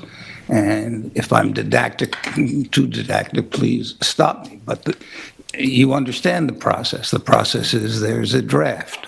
There are experts who have input into that draft, either the same or additional experts. And then there is a comment period where other people, whether it's neighbors or others, will put in comments, and then there's a response to that. That's the process to resolve Mr. Johan's concerns, which are real. Somebody's telling me there's a huge impact, and somebody's telling me there's no impact. I dispute that somebody's telling me there's no impact, but there certainly is a wide range. This is exactly when an EIS is appropriate. To go through that process and have as much input as you can from my clients, from others who are of concern, whether they're environmental organizations or not. That's what the process does. For example, the overwash. Dr. Bukunevich and Aram don't say there's no overwash problem. They say, well, there's sand, but the sand isn't going to have an adverse effect on, or may not, in our opinion, have an adverse effect on the wetlands. Well, that needs to be spelled out. Not everybody agrees with that. Obviously, the department doesn't agree with that. That's exactly the kind of hard fact or interpretive fact that the EIS process is designed to elucidate. Now, it may be there's no answer, completely an answer, but you have to get the best information you can to make a decision on the application. Remember, it's your EIS. not the applicant's. It's your EIS. You can decide what goes into it, and if you want to. And you conduct the process for comments and the final EIS. So that's what this is about. And I think this is a classic example of when it's appropriate to do that. Thanks. Thank you. Anybody in the public? No? Matt, anybody on the phone? I didn't know we were going to open up phones on this one, so I did not That's flash okay, it. Matt. That's Okay. That's okay. I thought you said it was going to be more of a work session. That's good. So at this point, board members, correct me if I'm wrong, but we are leading towards a POSDEC. Excuse me 1 second. I apologize. I do actually have someone on the phones. Oh, dear. Yay? You want to go for it? Yep. Okay. Last 4 digits. 8827. You are live. Well, good afternoon. Nope, it's the evening, board. Waiting all day. It's Joe Karpinski. Swear me in, would you please, Chairman? Are we swearing in? No. Go ahead. No swearing in. No? Well, that's Go ahead. fine. Well, I hope that you guys received my picture since after the last storm, and the second row of cubes has been exposed here. I'm sure the town has that. And really, I don't know why we're still continuing with this. My rights are denied each and every day. And here we are continuing. I don't think I need to belabor the point with this board, the town, the DEC, or anybody else. I want my rights restored immediately. And this is just, like we've heard last time, this is a farce. This is nothing that needs to be continued. And anything that's said, I really don't want to hear it anymore. And I'll remind this board that Mr. Matthews is actually the first attorney we ever went to on November 7th, 2019. I was supposed to meet with him on November 11th of 2019, and he never once told me that he was working with First Coastal with 153 Mulford. He didn't meet with me that day. But instead, I'll remind you, he delayed that meeting for 153 Mulford. I'm very tired of this, and in my humble opinion, anything he does from this point forward should be red flagged, or he should be completely disbarred. So I thank you for your time.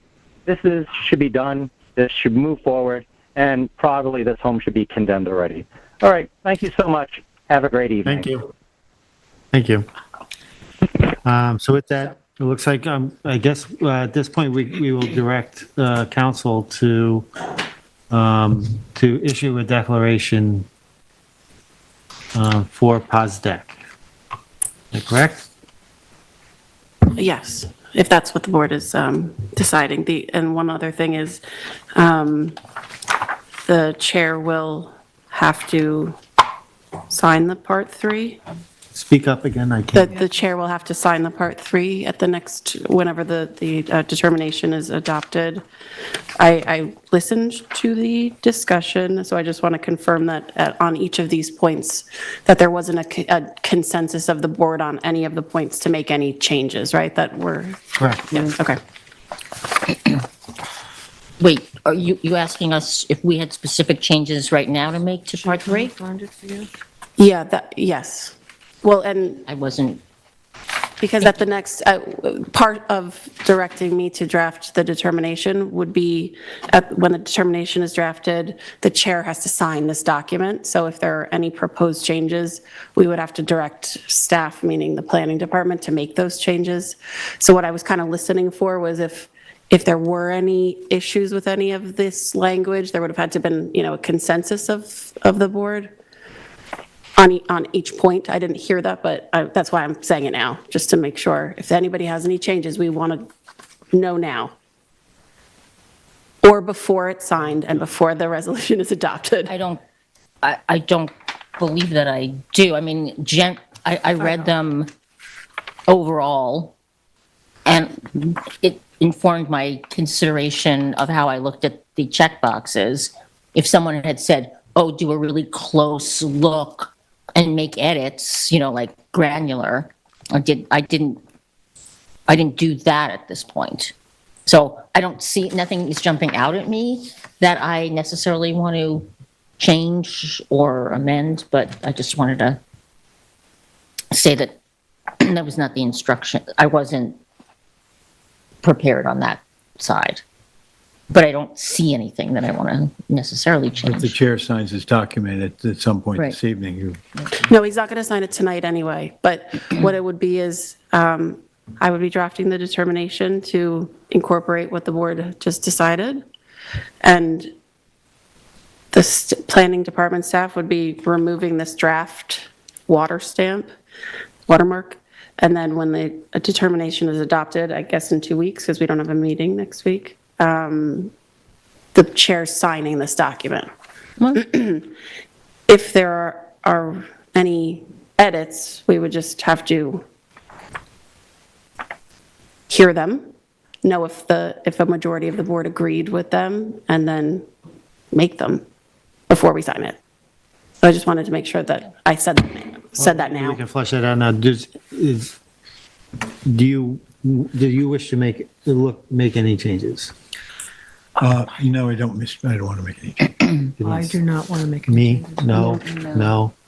So we have a majority of the board, probably that could do that. But, so I have signed this document. Is that, You're going to sign it in 2 weeks. what's that? You're going to sign it in 2 weeks, because we don't have a meeting next Okay. week. All right, Okay. It would be the earliest that we would sign it. thank you. Thank you, everybody. And then just one other thing, the next thing is we would be sort of adjourning this portion of the hearing at this point. The next thing that the board, after we adopt the determination, we would have to get a scoping session scheduled. Since we have the applicant's agent here, do you want to wait 2 weeks? We're going to be adopting the determination in 2 weeks, and then on the 30th, it would be the earliest. And then you wouldn't do the scoping that evening? No, we would just, at that point, I would feel comfortable that the board should pick another date sometime in May, unless you had another preference. And you don't have to state that now. I don't know what the meeting dates are offhand. Yeah, okay. I'll let you know. Tell the client, I'd like Yes. to see what the meeting dates are. I suspect we want to do it. Yes, okay. But I Okay. can talk to him, Yep, no problem. I just wanted to make sure. schedule him. So when the determination is adopted, by then, we will seemingly have looked at the calendar together, and we should be stating a date certain for the next discussion. Thank you. Thank you. So we don't need a motion now to adjourn. Okay.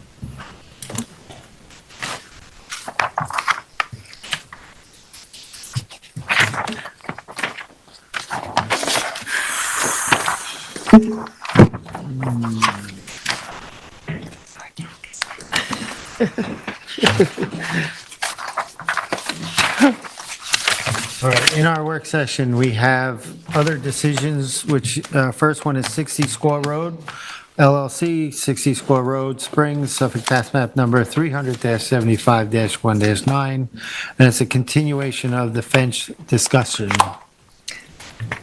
Board members, we discussed this yesterday.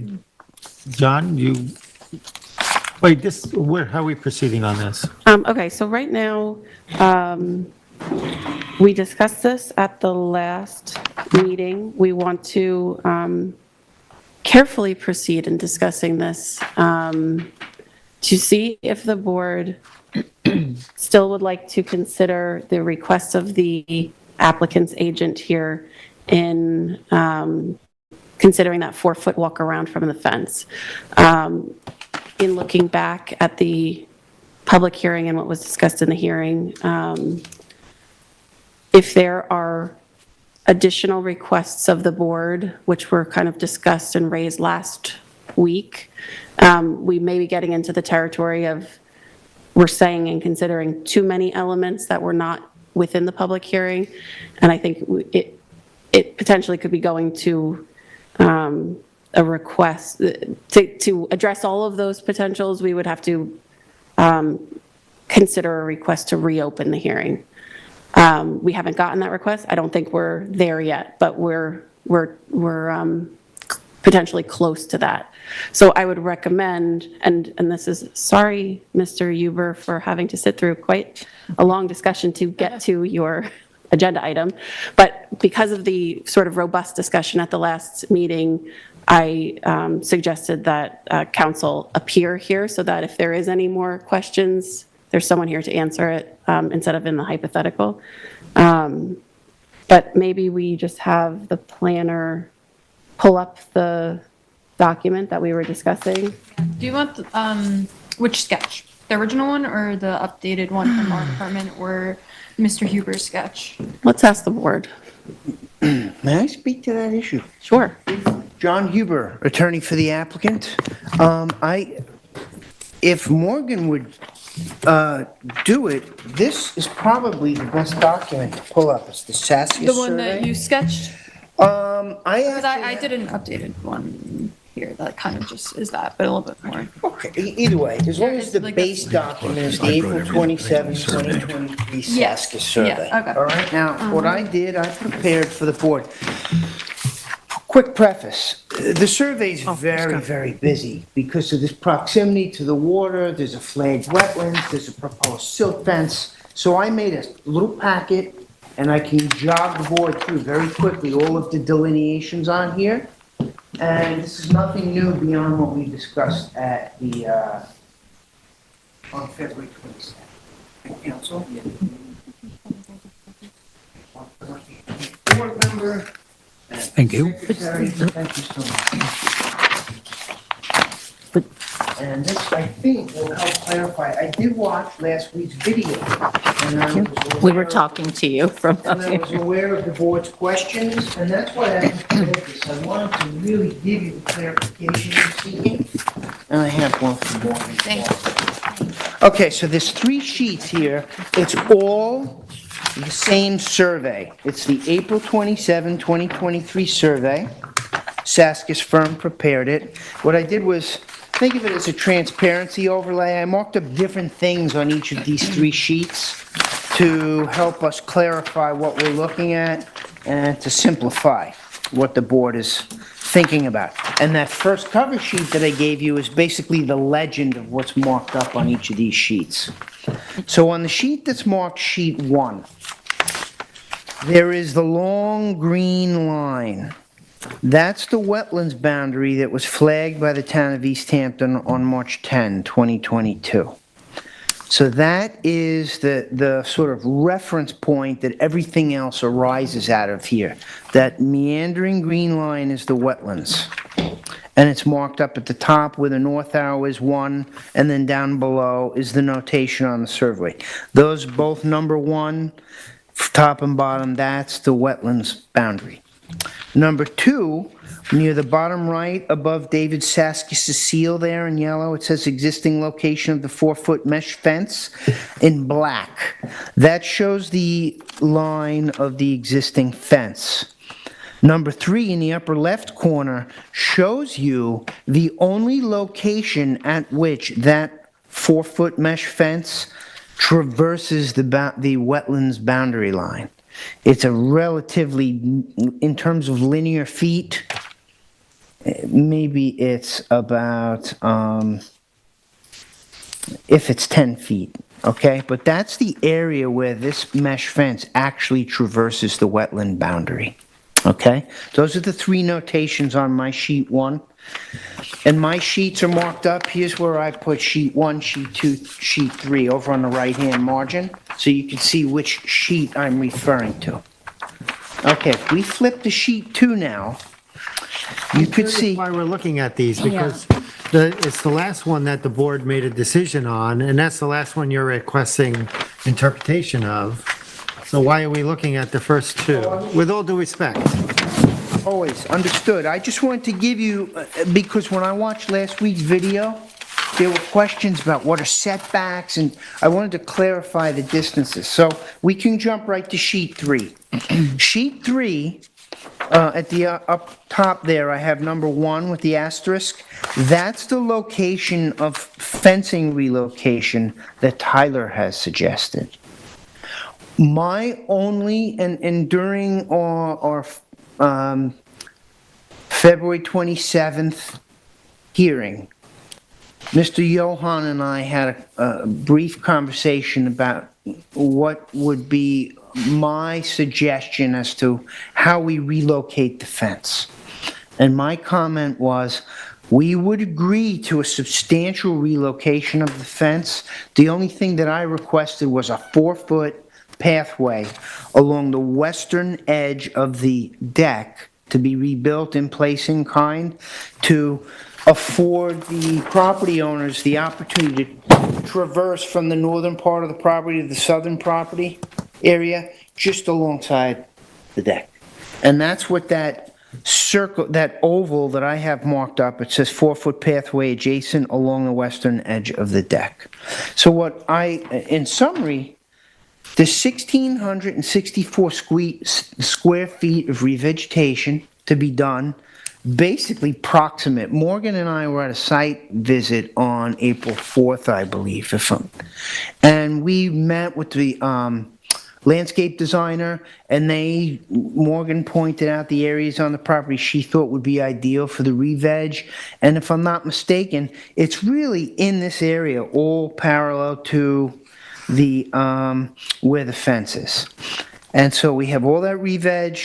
We are agreeing to all of Tyler's substantial relocation of the fencing. The only thing I'm asking for is that 4-foot pathway on the western edge of the deck to allow anyone at grade who's walking to go along the western edge of the deck. Now, one of the suggestions was, well, they could go up on the deck and cross the deck and come down again.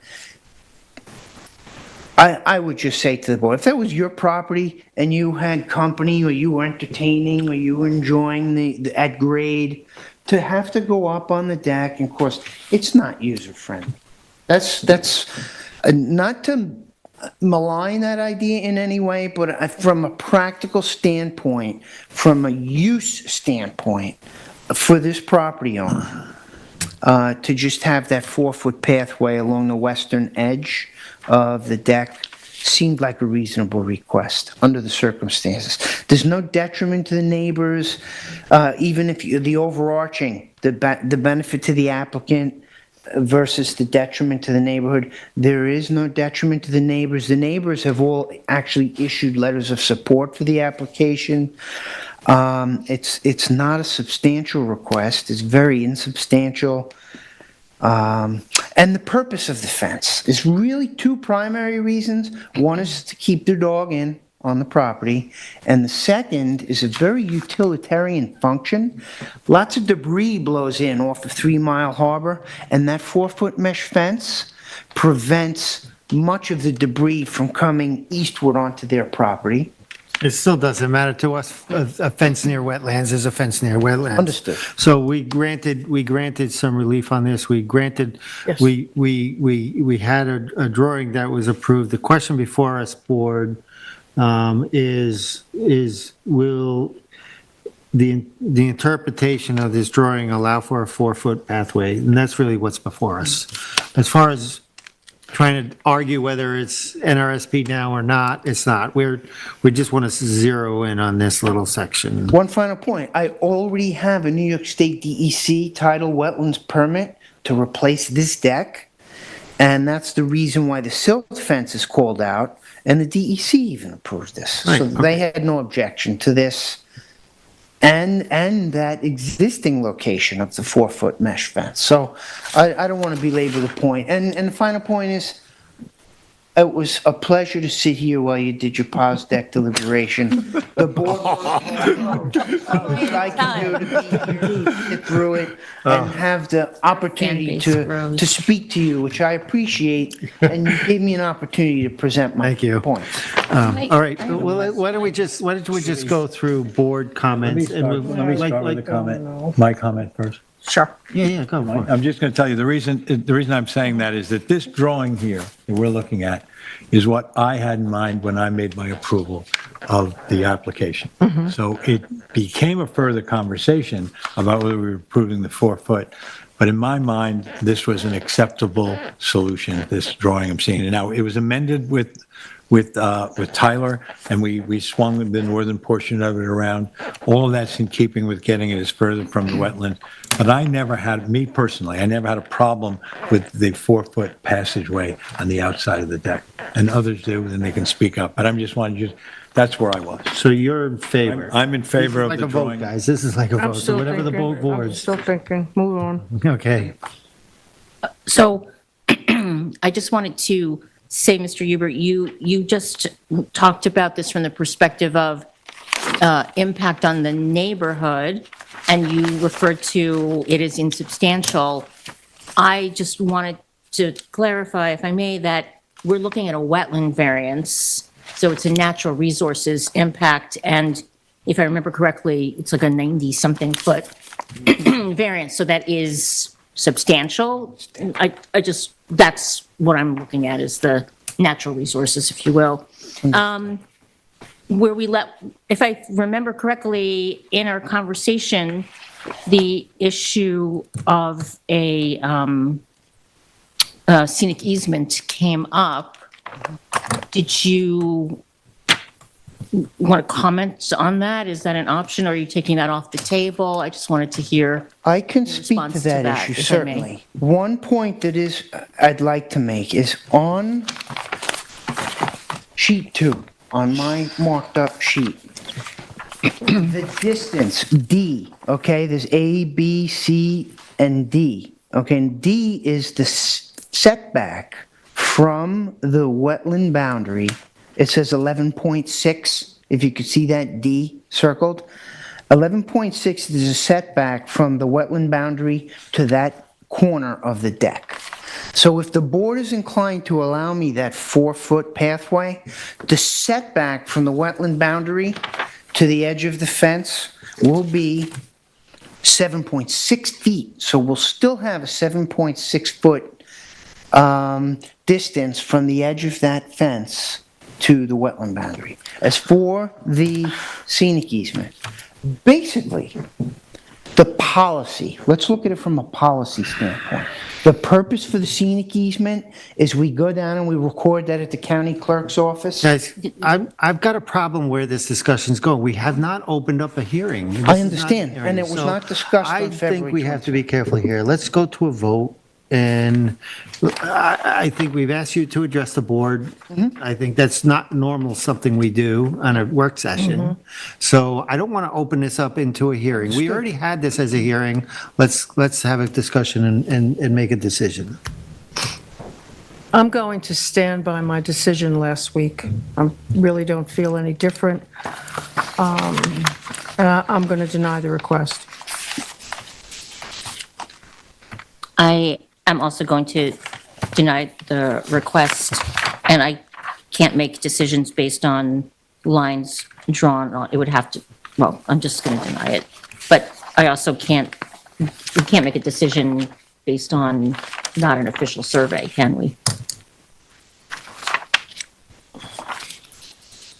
Well, if I may address that, everything about the survey is official. The setbacks are called out.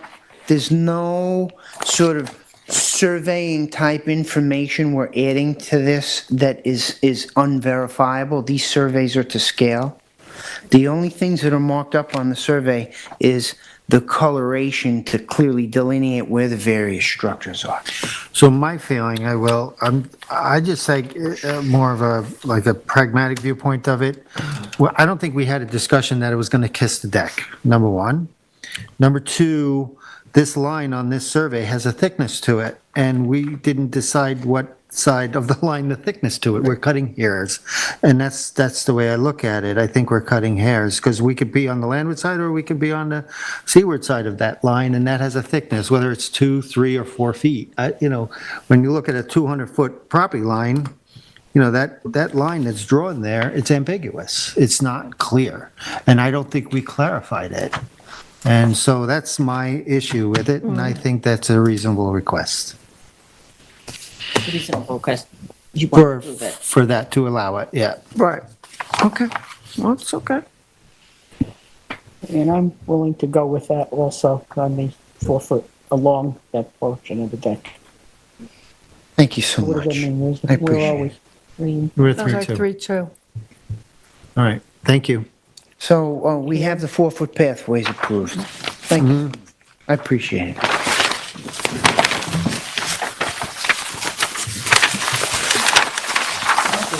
Nothing further to discuss? We're done? Thank you for your time. Thank you. Good night. Next, we have Montauk Shores at 100 DeForest Road in Montauk, Suffolk Tax Map Number 300-32.1-1-267.1. Well, that's a big number. And it's a CO inspection and extension of time for a 2019 determination. Brian, you're going to present this to us? Yes, Mr. Chairman. In 2019, the zoning board granted an approval to allow repairs to the revetment at the Montauk Shores property. It also authorized repairs to the various walkways. There are several walkways that extend from the upland. Some of them dead end now. They don't go all the way to the shoreline. In fact, the only one that goes all the way to the shoreline is at the easternmost end of the property. As I mentioned, that approval was granted in 2019. That work was done over the course of, I believe, 2021, was completed in 2022. And one of the board's conditions of approval was the requirement of an as-built survey to show that the revetment was not changing materially in size. No change in elevation, no change in the location of the toe or the width or the mass of the structure. They have produced an as-built survey that the planning department is satisfied with, and a copy of that is in your file. A lot of the surveys have been emailed to the board. It's in the official file, but it's also been emailed individual. The paper is large and a little unwieldy. The walkways have been repaired. One of the conditions of the board's determination was they weren't authorizing any changes to the walkway. So it really kind of required them to be compliant with the whatever was on their prior certificate of occupancies. And the certificate of occupancy for the common area where the revetment is located is on a 1991 survey. And there are some minor differences between those structures. In a memorandum dated, March 7th, those dimensional differences are kind of called out. And basically, the western platform is about 30 square feet smaller. The middle platform, which used to have stairs that go down to the shoreline and don't anymore, is about 34 square feet larger. And the eastern walkway, which is the only access all the way down to the beach, is about 17 feet larger. The planning department does not have a strong opinion about that. They had applied for an extension of time to keep the permit valid for the purposes of closing it out, and had asked for an inspection to determine that they were eligible for a certificate of occupancy. That's what this memorandum was prepared for.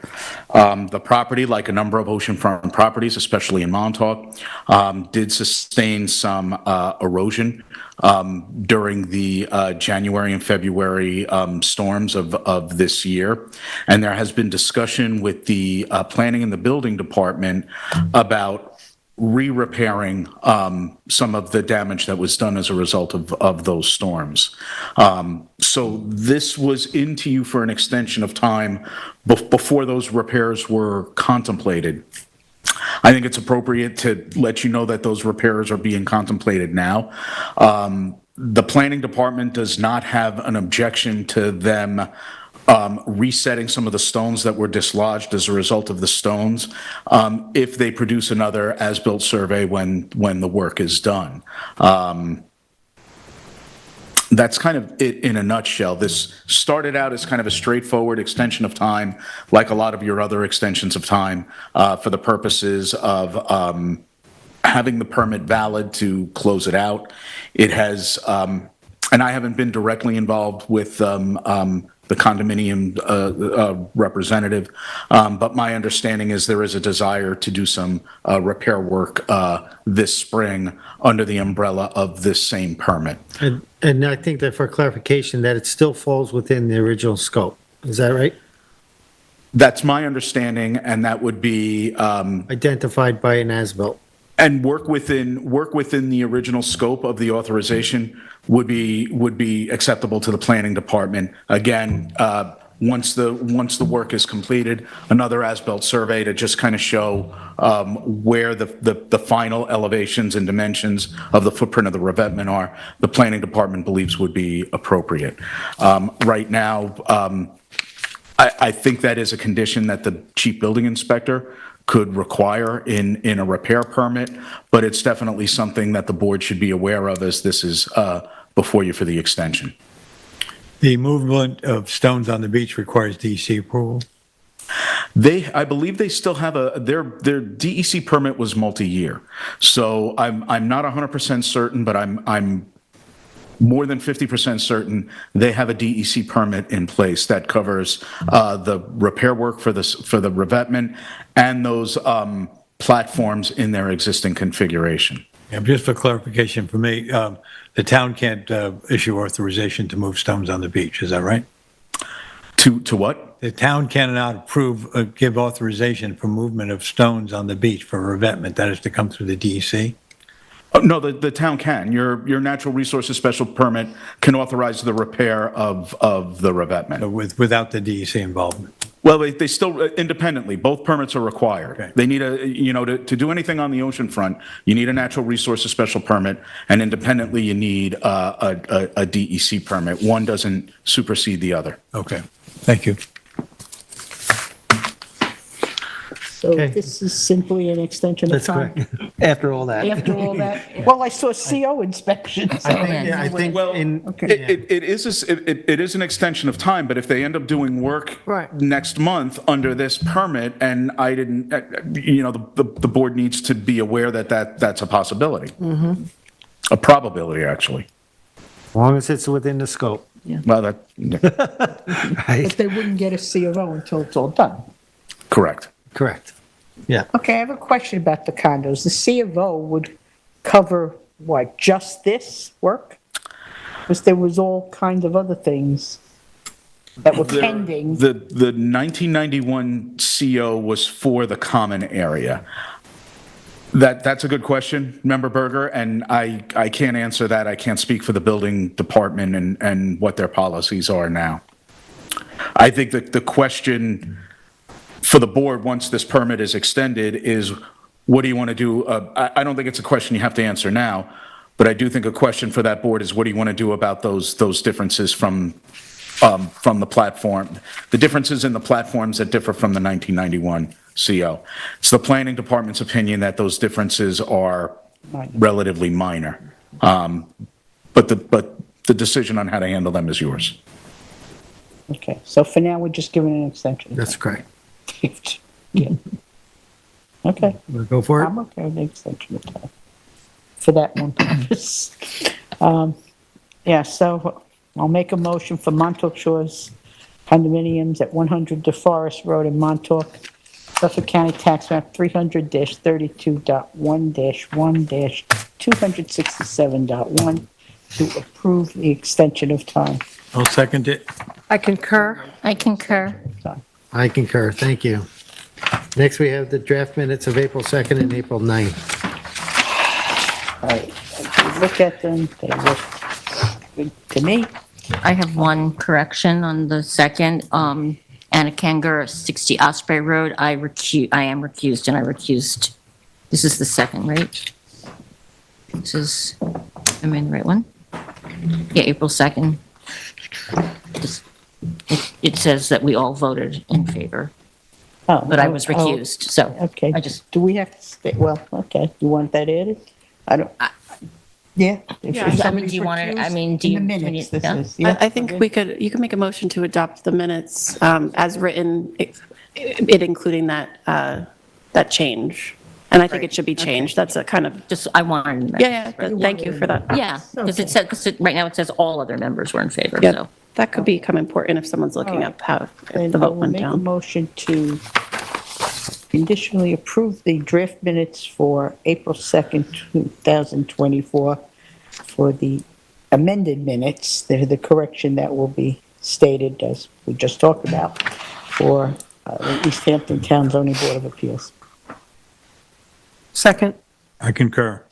And I will make a Concur. motion, sorry, make a motion to approve the draft minutes from April 9th, 2024's minutes for the East Hampton Town Zoning Board of Appeals. Second. Concur. Concur. Concur. Thank you. Going on to resolutions, we have 4 Dune LLC, 180 Marine Boulevard, Amagansett, Suffolk Tax Map number 300-176-4-10. Okay. So I should go through this, right?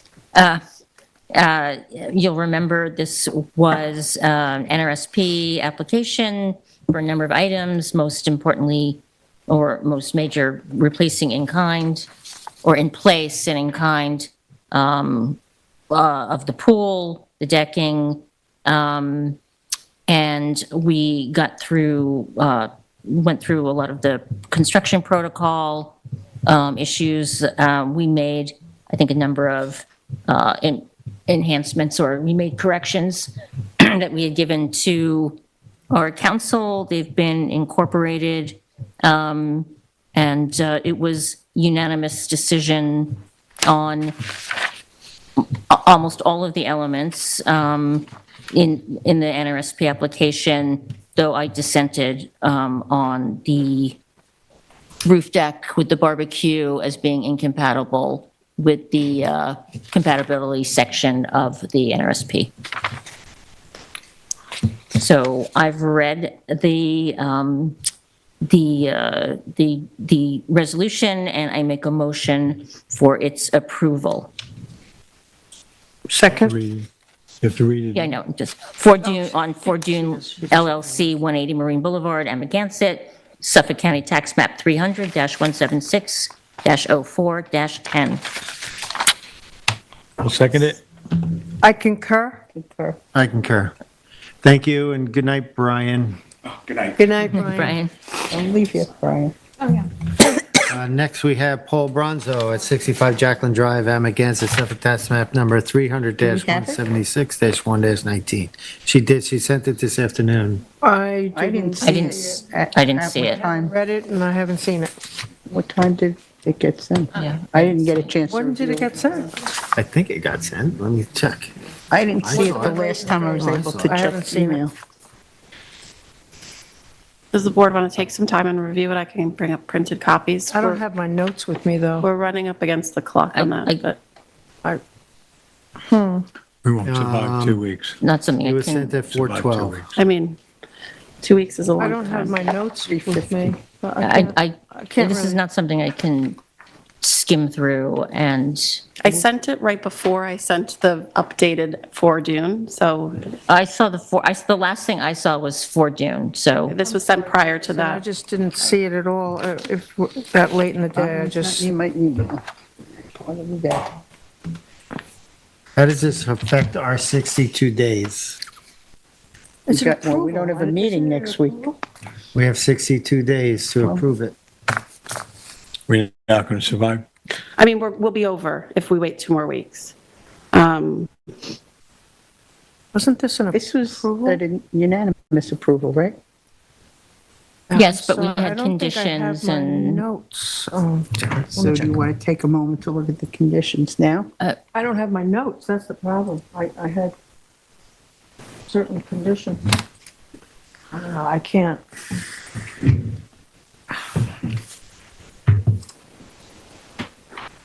The timing is that important to me that if I, Memo. I would sit here and read the whole thing, but I don't have my notes with me either. I don't, So what are the options if we're going to be over? Well, I mean, and now we're stating that we know that we're going to be violating that. It's good to start. Not good. It is a state law. I think we have to, I know, I just, Either, or send it at 4 o'clock so nobody can really review it. Okay. Well, I assumed if you saw Fort Dune, you would have seen this one, but there's a lot of work. We're just trying to get through it. I didn't see it. So it's up to the chair, really, if you want it to take the time to go through it.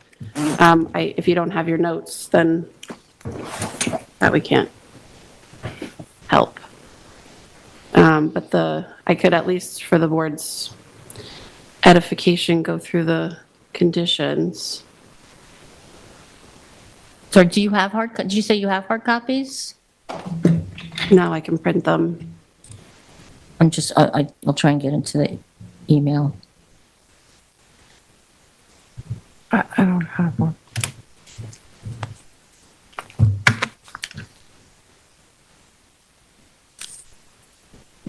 Was Lance Sutter sent too? Sutter's been tabled. Okay, because I didn't see that one either. Yeah, it's, let me see if I can get into it here.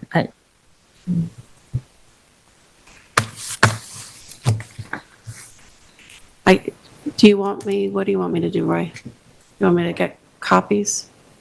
You want me to remind the board what the conditions were? The project limiting fencing.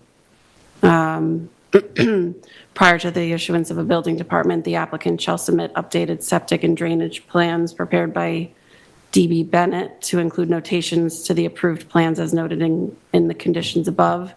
In the conditions on the approved septic and drainage, I made a note that on septic, he was going to make a notation regarding the one existing leaching pool to remain in place as discussed by the board. In terms of the approved drainage plan, I made a note that the plan shall be updated to include a notation from Drew Bennett regarding the method of construction being hand dug, as that was discussed by the board and requested as a condition of approval. The approved drainage and runoff control measures shall be installed prior to the issuance of a certificate of occupancy. The outdoor shower, the board discussed that the existing shower should be outfitted with dry wells if it isn't already. The 2-foot above seasonal high ground water table. The revegetation plan pursuant to the TAM, consisting of a majority of woody vegetation. Since the board discussed also using the terminology appropriate for duneland habitat was discussed at the hearing, so Tyler and I put that in there because you guys were discussing the sandy dune. Yeah, so that was one of the things that we added. I was pretty specific about wanting to, keep those mature pines and the topography be restored. So is that part of the revegetation plan? Well, it would be, there is no revegetation plan, right? Sorry? But there is no revegetation plan submitted yet? it's conditions. It's a condition? Yeah. Yeah. But the language is going to direct the revegetation plan, the language in the determination, is that what you're saying? After the discussion that the board had, and I discussed this exact point with Tyler, he suggested that I have it be worded this way: a revegetation plan, including the species size and spacing consisting of a majority of woody vegetation appropriate for duneland habitat, shall be submitted and approved by the board prior to the issuance of a building permit. Admittedly, restoring the topography was not clear to me that was a majority of the board all wanted that. But it says duneland habitat, and that implies topography, does it not? That's why I added it that way. That was what Tyler suggested. I mean, it's something I raised. It was very specific during the discussion. I remember, not putting words in chairman's mouth, but I remember you saying, yes, that duneland Yeah. is, so habitat is different than topography, but I don't, No. Do we I'm have- not sure. do we have- No, I think they're very characteristic of dune. Like, when we always talk about, I always refer to this area as these homes put in meandering dunes that include the topography, Okay. and we're always, I think we're always checking the topography. Listen, I have Well, I this don't know, open I'm now. hoping it I gets can change interpreted it. that way. I can use a different word there. The one thing I would, when we get into topography, I want to make sure, is there something in the file or something that Tyler can look to the topo lines as you're Topo lines suggesting? should Right, depict yeah. that relative to what's approved.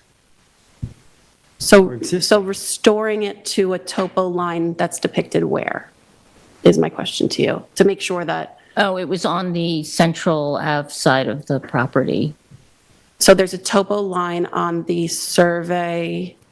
if there is one. I mean, it's not very steep. It's not like, I don't I just want to know, remember. like, so if you go out to check and say it's been restored to the topography that the board is requesting based on like a number that's shown somewhere. And then what about the protection of there's one pine is falling over, but there are 3 very mature pines that I had mentioned about would like to see protected on the Central Avenue side. I don't know if It's on the south side of the residence. it's on the south side of the property, yeah. Is that part of the no clearing line?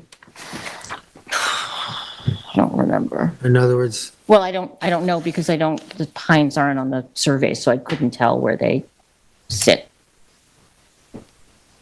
That's where they're going to trench through the septic line from the tank to the fields.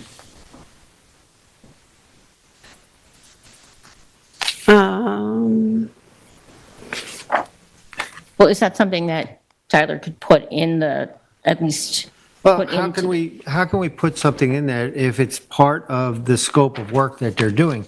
So if that pine is part of them putting in a septic system, for instance, how can they save a pine and protect it? Well, they're the way I understood the survey, there's part of the septic is in the southwest corner, and then the other part of the septic is in the southeast corner, and those pines are sort of between.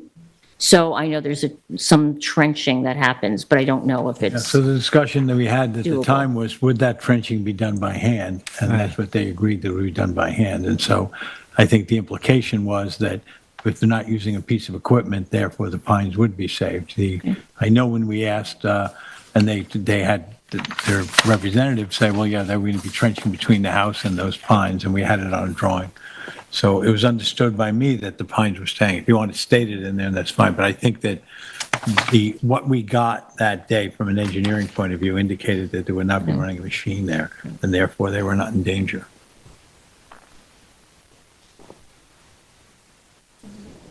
Yes. That was, So however you want to try and solve that. I can certainly make the revegetation plan paragraph more specific in the ways that were just discussed. In listening to the discussion of the board with the pines, I was aware of the discussion of the one felled pine, but. Sorry, the what sign? The one felled, the one tree that has fallen, right? Is there a pine that's fallen over? I don't know why Yeah, there's Yeah, one so- growing horizontally. yeah, so Yeah, you that- guys, that's so you gonna- discussed that's gonna come that, up. But there's right? 3 Those others. are vertical pines, and they said they could work with inside of Yeah. those by trenching by hand. Okay. That's how the Right, conversation. so that's why in that discussion with the representatives, and they said that digging by hand, which is why I added it to that condition. It didn't, in my observation, relate back to the revegetation plan, but if it was clear to the rest of the board, and that should be explicitly stated to make sure that it's clear, then I'm fine to add it. Everyone, Was it clear to the board? are people okay with that? or- What? Go ahead and add it. Okay. Okay, so So can are we ready? vote on it? Let's say this. can we say that all precaution should be to protect these two pines, but they're not on a survey? Yeah. How do we identify which pines they are? That's what I'm struggling with. You were part of our discussion, but you're right. Where's the documentation to show what we're talking about? Well, the only thing I'm thinking is on a re-veg plan, those are all not identified at the time, but those are to be planted. What do you think, Morgan, since you look at the re-veg plans? Would it seem appropriate to, as a condition of approval, a re-veg plan needs to be submitted, and to have that identify the plans of woody vegetation appropriate for the duneland habitat and to maintain the topography, and also indicate the pines on the Central Avenue side that to remain? So there's no proposed clearing limits for this, right, that were approved or a part of the relief requested? Because technically any clearing within 50 feet of the wetland would require relief, right? No, there's no proposed Yeah, so clearing. there's no clearing. So technically, I mean, they're not permitted to remove Correct. vegetation on the property. But if you wanted to be more explicit in the condition, you could maybe put something about identifying. It's hard because we don't have any sort of arbor part of our code with as far as protecting trees. So, when it comes to like circumference of, at breast height and things like that, we don't really have anything in the code about protecting trees of a certain height and circumference. But like I said, technically any clearing within 50 feet of the wetlands would require especially a variance. And since this is such a constrained property and there is no clearing requested. They are going to clear for the septic system close to the wetlands, very close to the wetlands. Can a statement be made specifically that for the septic system portion of this, with the hand trenching, that Well, yeah, because there was a lot of trees in that area will be spared? I mean, the reason I'm you could say no making, clearing is permitted, any additional clearing would require additional relief. I don't know if that's can be put anywhere, but technically if there is no clearing permit, like requested in the relief and it's not in the approved relief, then they can't take anything down, I believe. well, there is clearing. I guess it's not relief because Oh, yeah. the septic was exempt, right, from wetland setbacks. Is that, but they're clearing both corners for the septic, aren't they? Both corners? Oh, this corner and then this corner? Yeah. I mean, this is this dash green line. It's so faint. I don't know if I could zoom in maybe. So these dashed green lines depict the existing clearing limits. I don't see any proposed clearing limits. And so my assumption is that anything that is, this way of the clearing is uncleared area, Okay, so correct? there's the septic, where the trees. The septic's trees are in on the both side. corners, isn't it? Yeah, it's in this corner and then it's in this corner. But, so they have to clear to put in a septic. They'll re-veg, but they have to clear. And where those trees you said are in this corner? They're like basically in between where the two parts of the septic are, from what I can tell.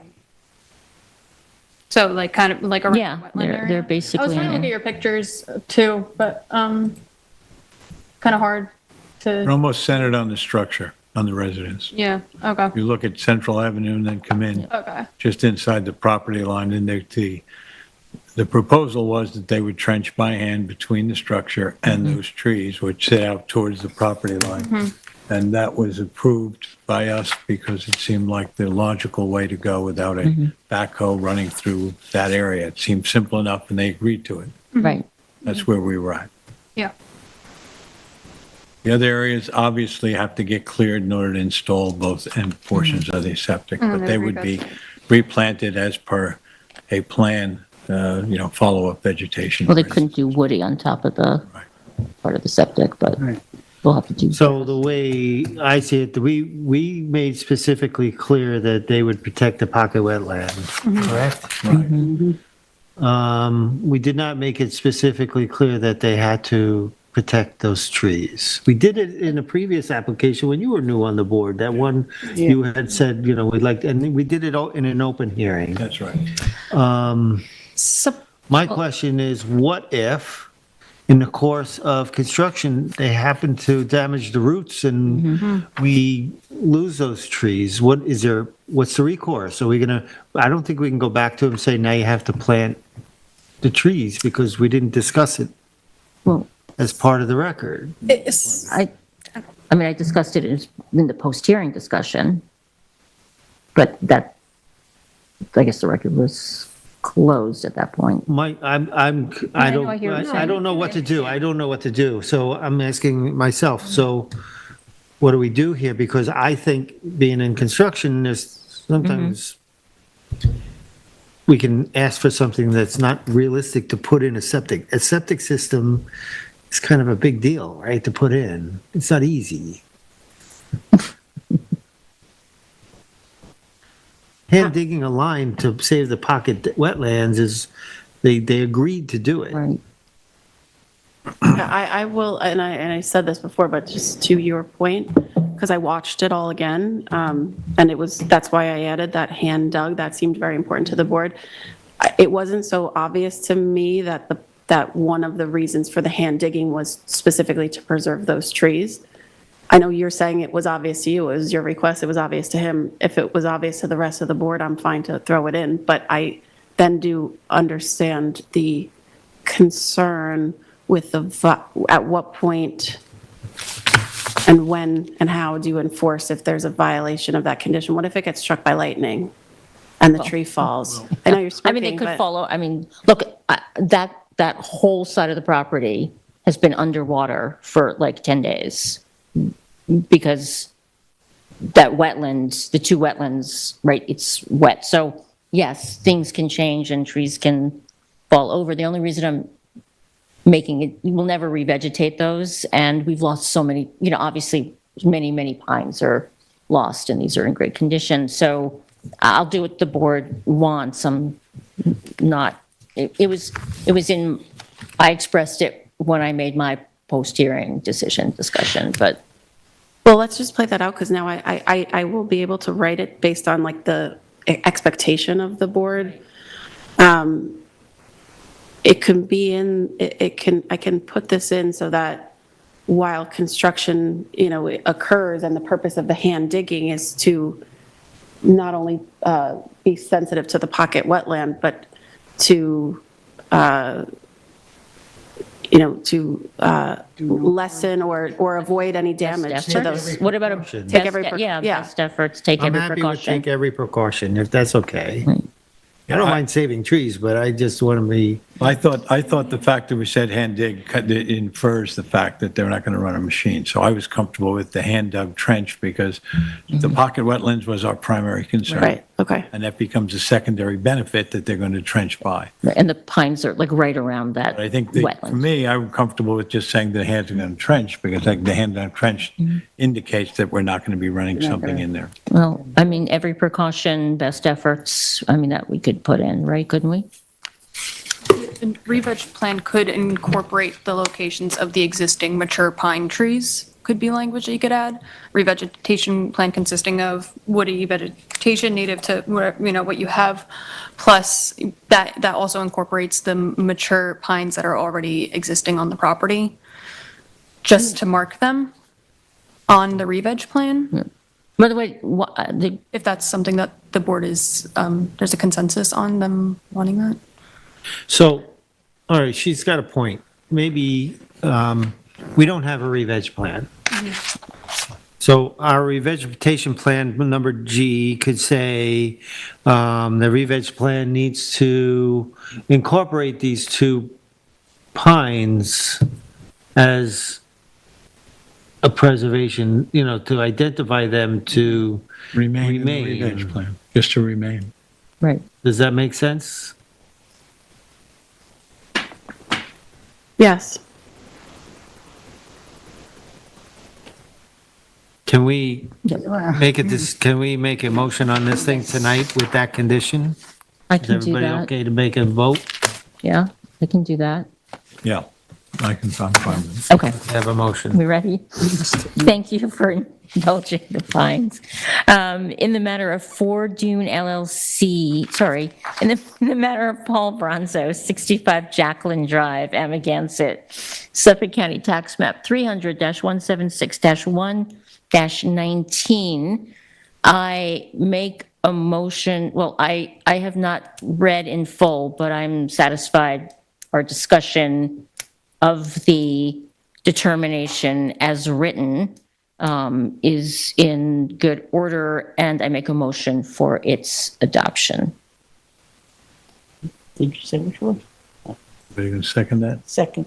I said the, Yeah, with condition of. oh, I'm sorry. With the additional. Thank you, with the additional condition that we discussed On the as trees. part of the revegetation plan in point G? Point G? Yeah. Thank you. Okay, I'll second that. I'll concur. Concur. I concur, thank you. Thank you.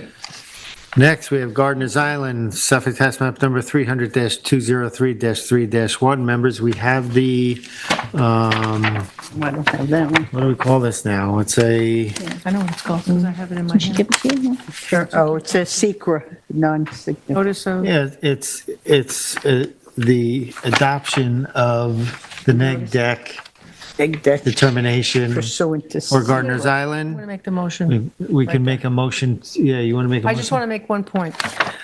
I just read this, and on page 4, F7, there's just a typo. I think it's meant to say dredging shall be prohibited during May window imposed by. Just change. Yeah, During you know what? any It window. might actually. During any. Any. Oh, you think so? Okay. Yeah, I Well- lifted that right from, obviously, I couldn't copy and paste it because it was already in a PDF from Any. All right, so that Ryan just would have Franks. to be changed. That's the I'll only one change I that, could yep. pick up It on. also, it's formatted on the wrong size paper, as you can see. So I'll make that change. Thank you for that. You're welcome. Ready? Yep. Okay, we're good. In the matter of the application of Gardeners Island, I make a motion to accept the determination as written for a notice of determination of non-significance pursuant to the State Environmental Quality Review Act. You need the tax map included in that. Tax map number 300-203-3-1. I'll second it. Concur. Concur. Concur. And I'm to sign it, right? Yes. Oh, did Brian leave that for us? The Gardeners Island, I actually don't have, part 2 and 3? And can the chair come maybe to the planning department tomorrow and sign it? Because not the determination, but the actual part 3. Thank you. Land suitor, we're not doing tonight, right? Yes, that That's was on hold. tabled. Okay, Vice Chair? okay, are we adjourning? Are we done? Okay. I make a motion to adjourn the zoning board of appeals on 4/16 at 9:37 PM. Second. Concur.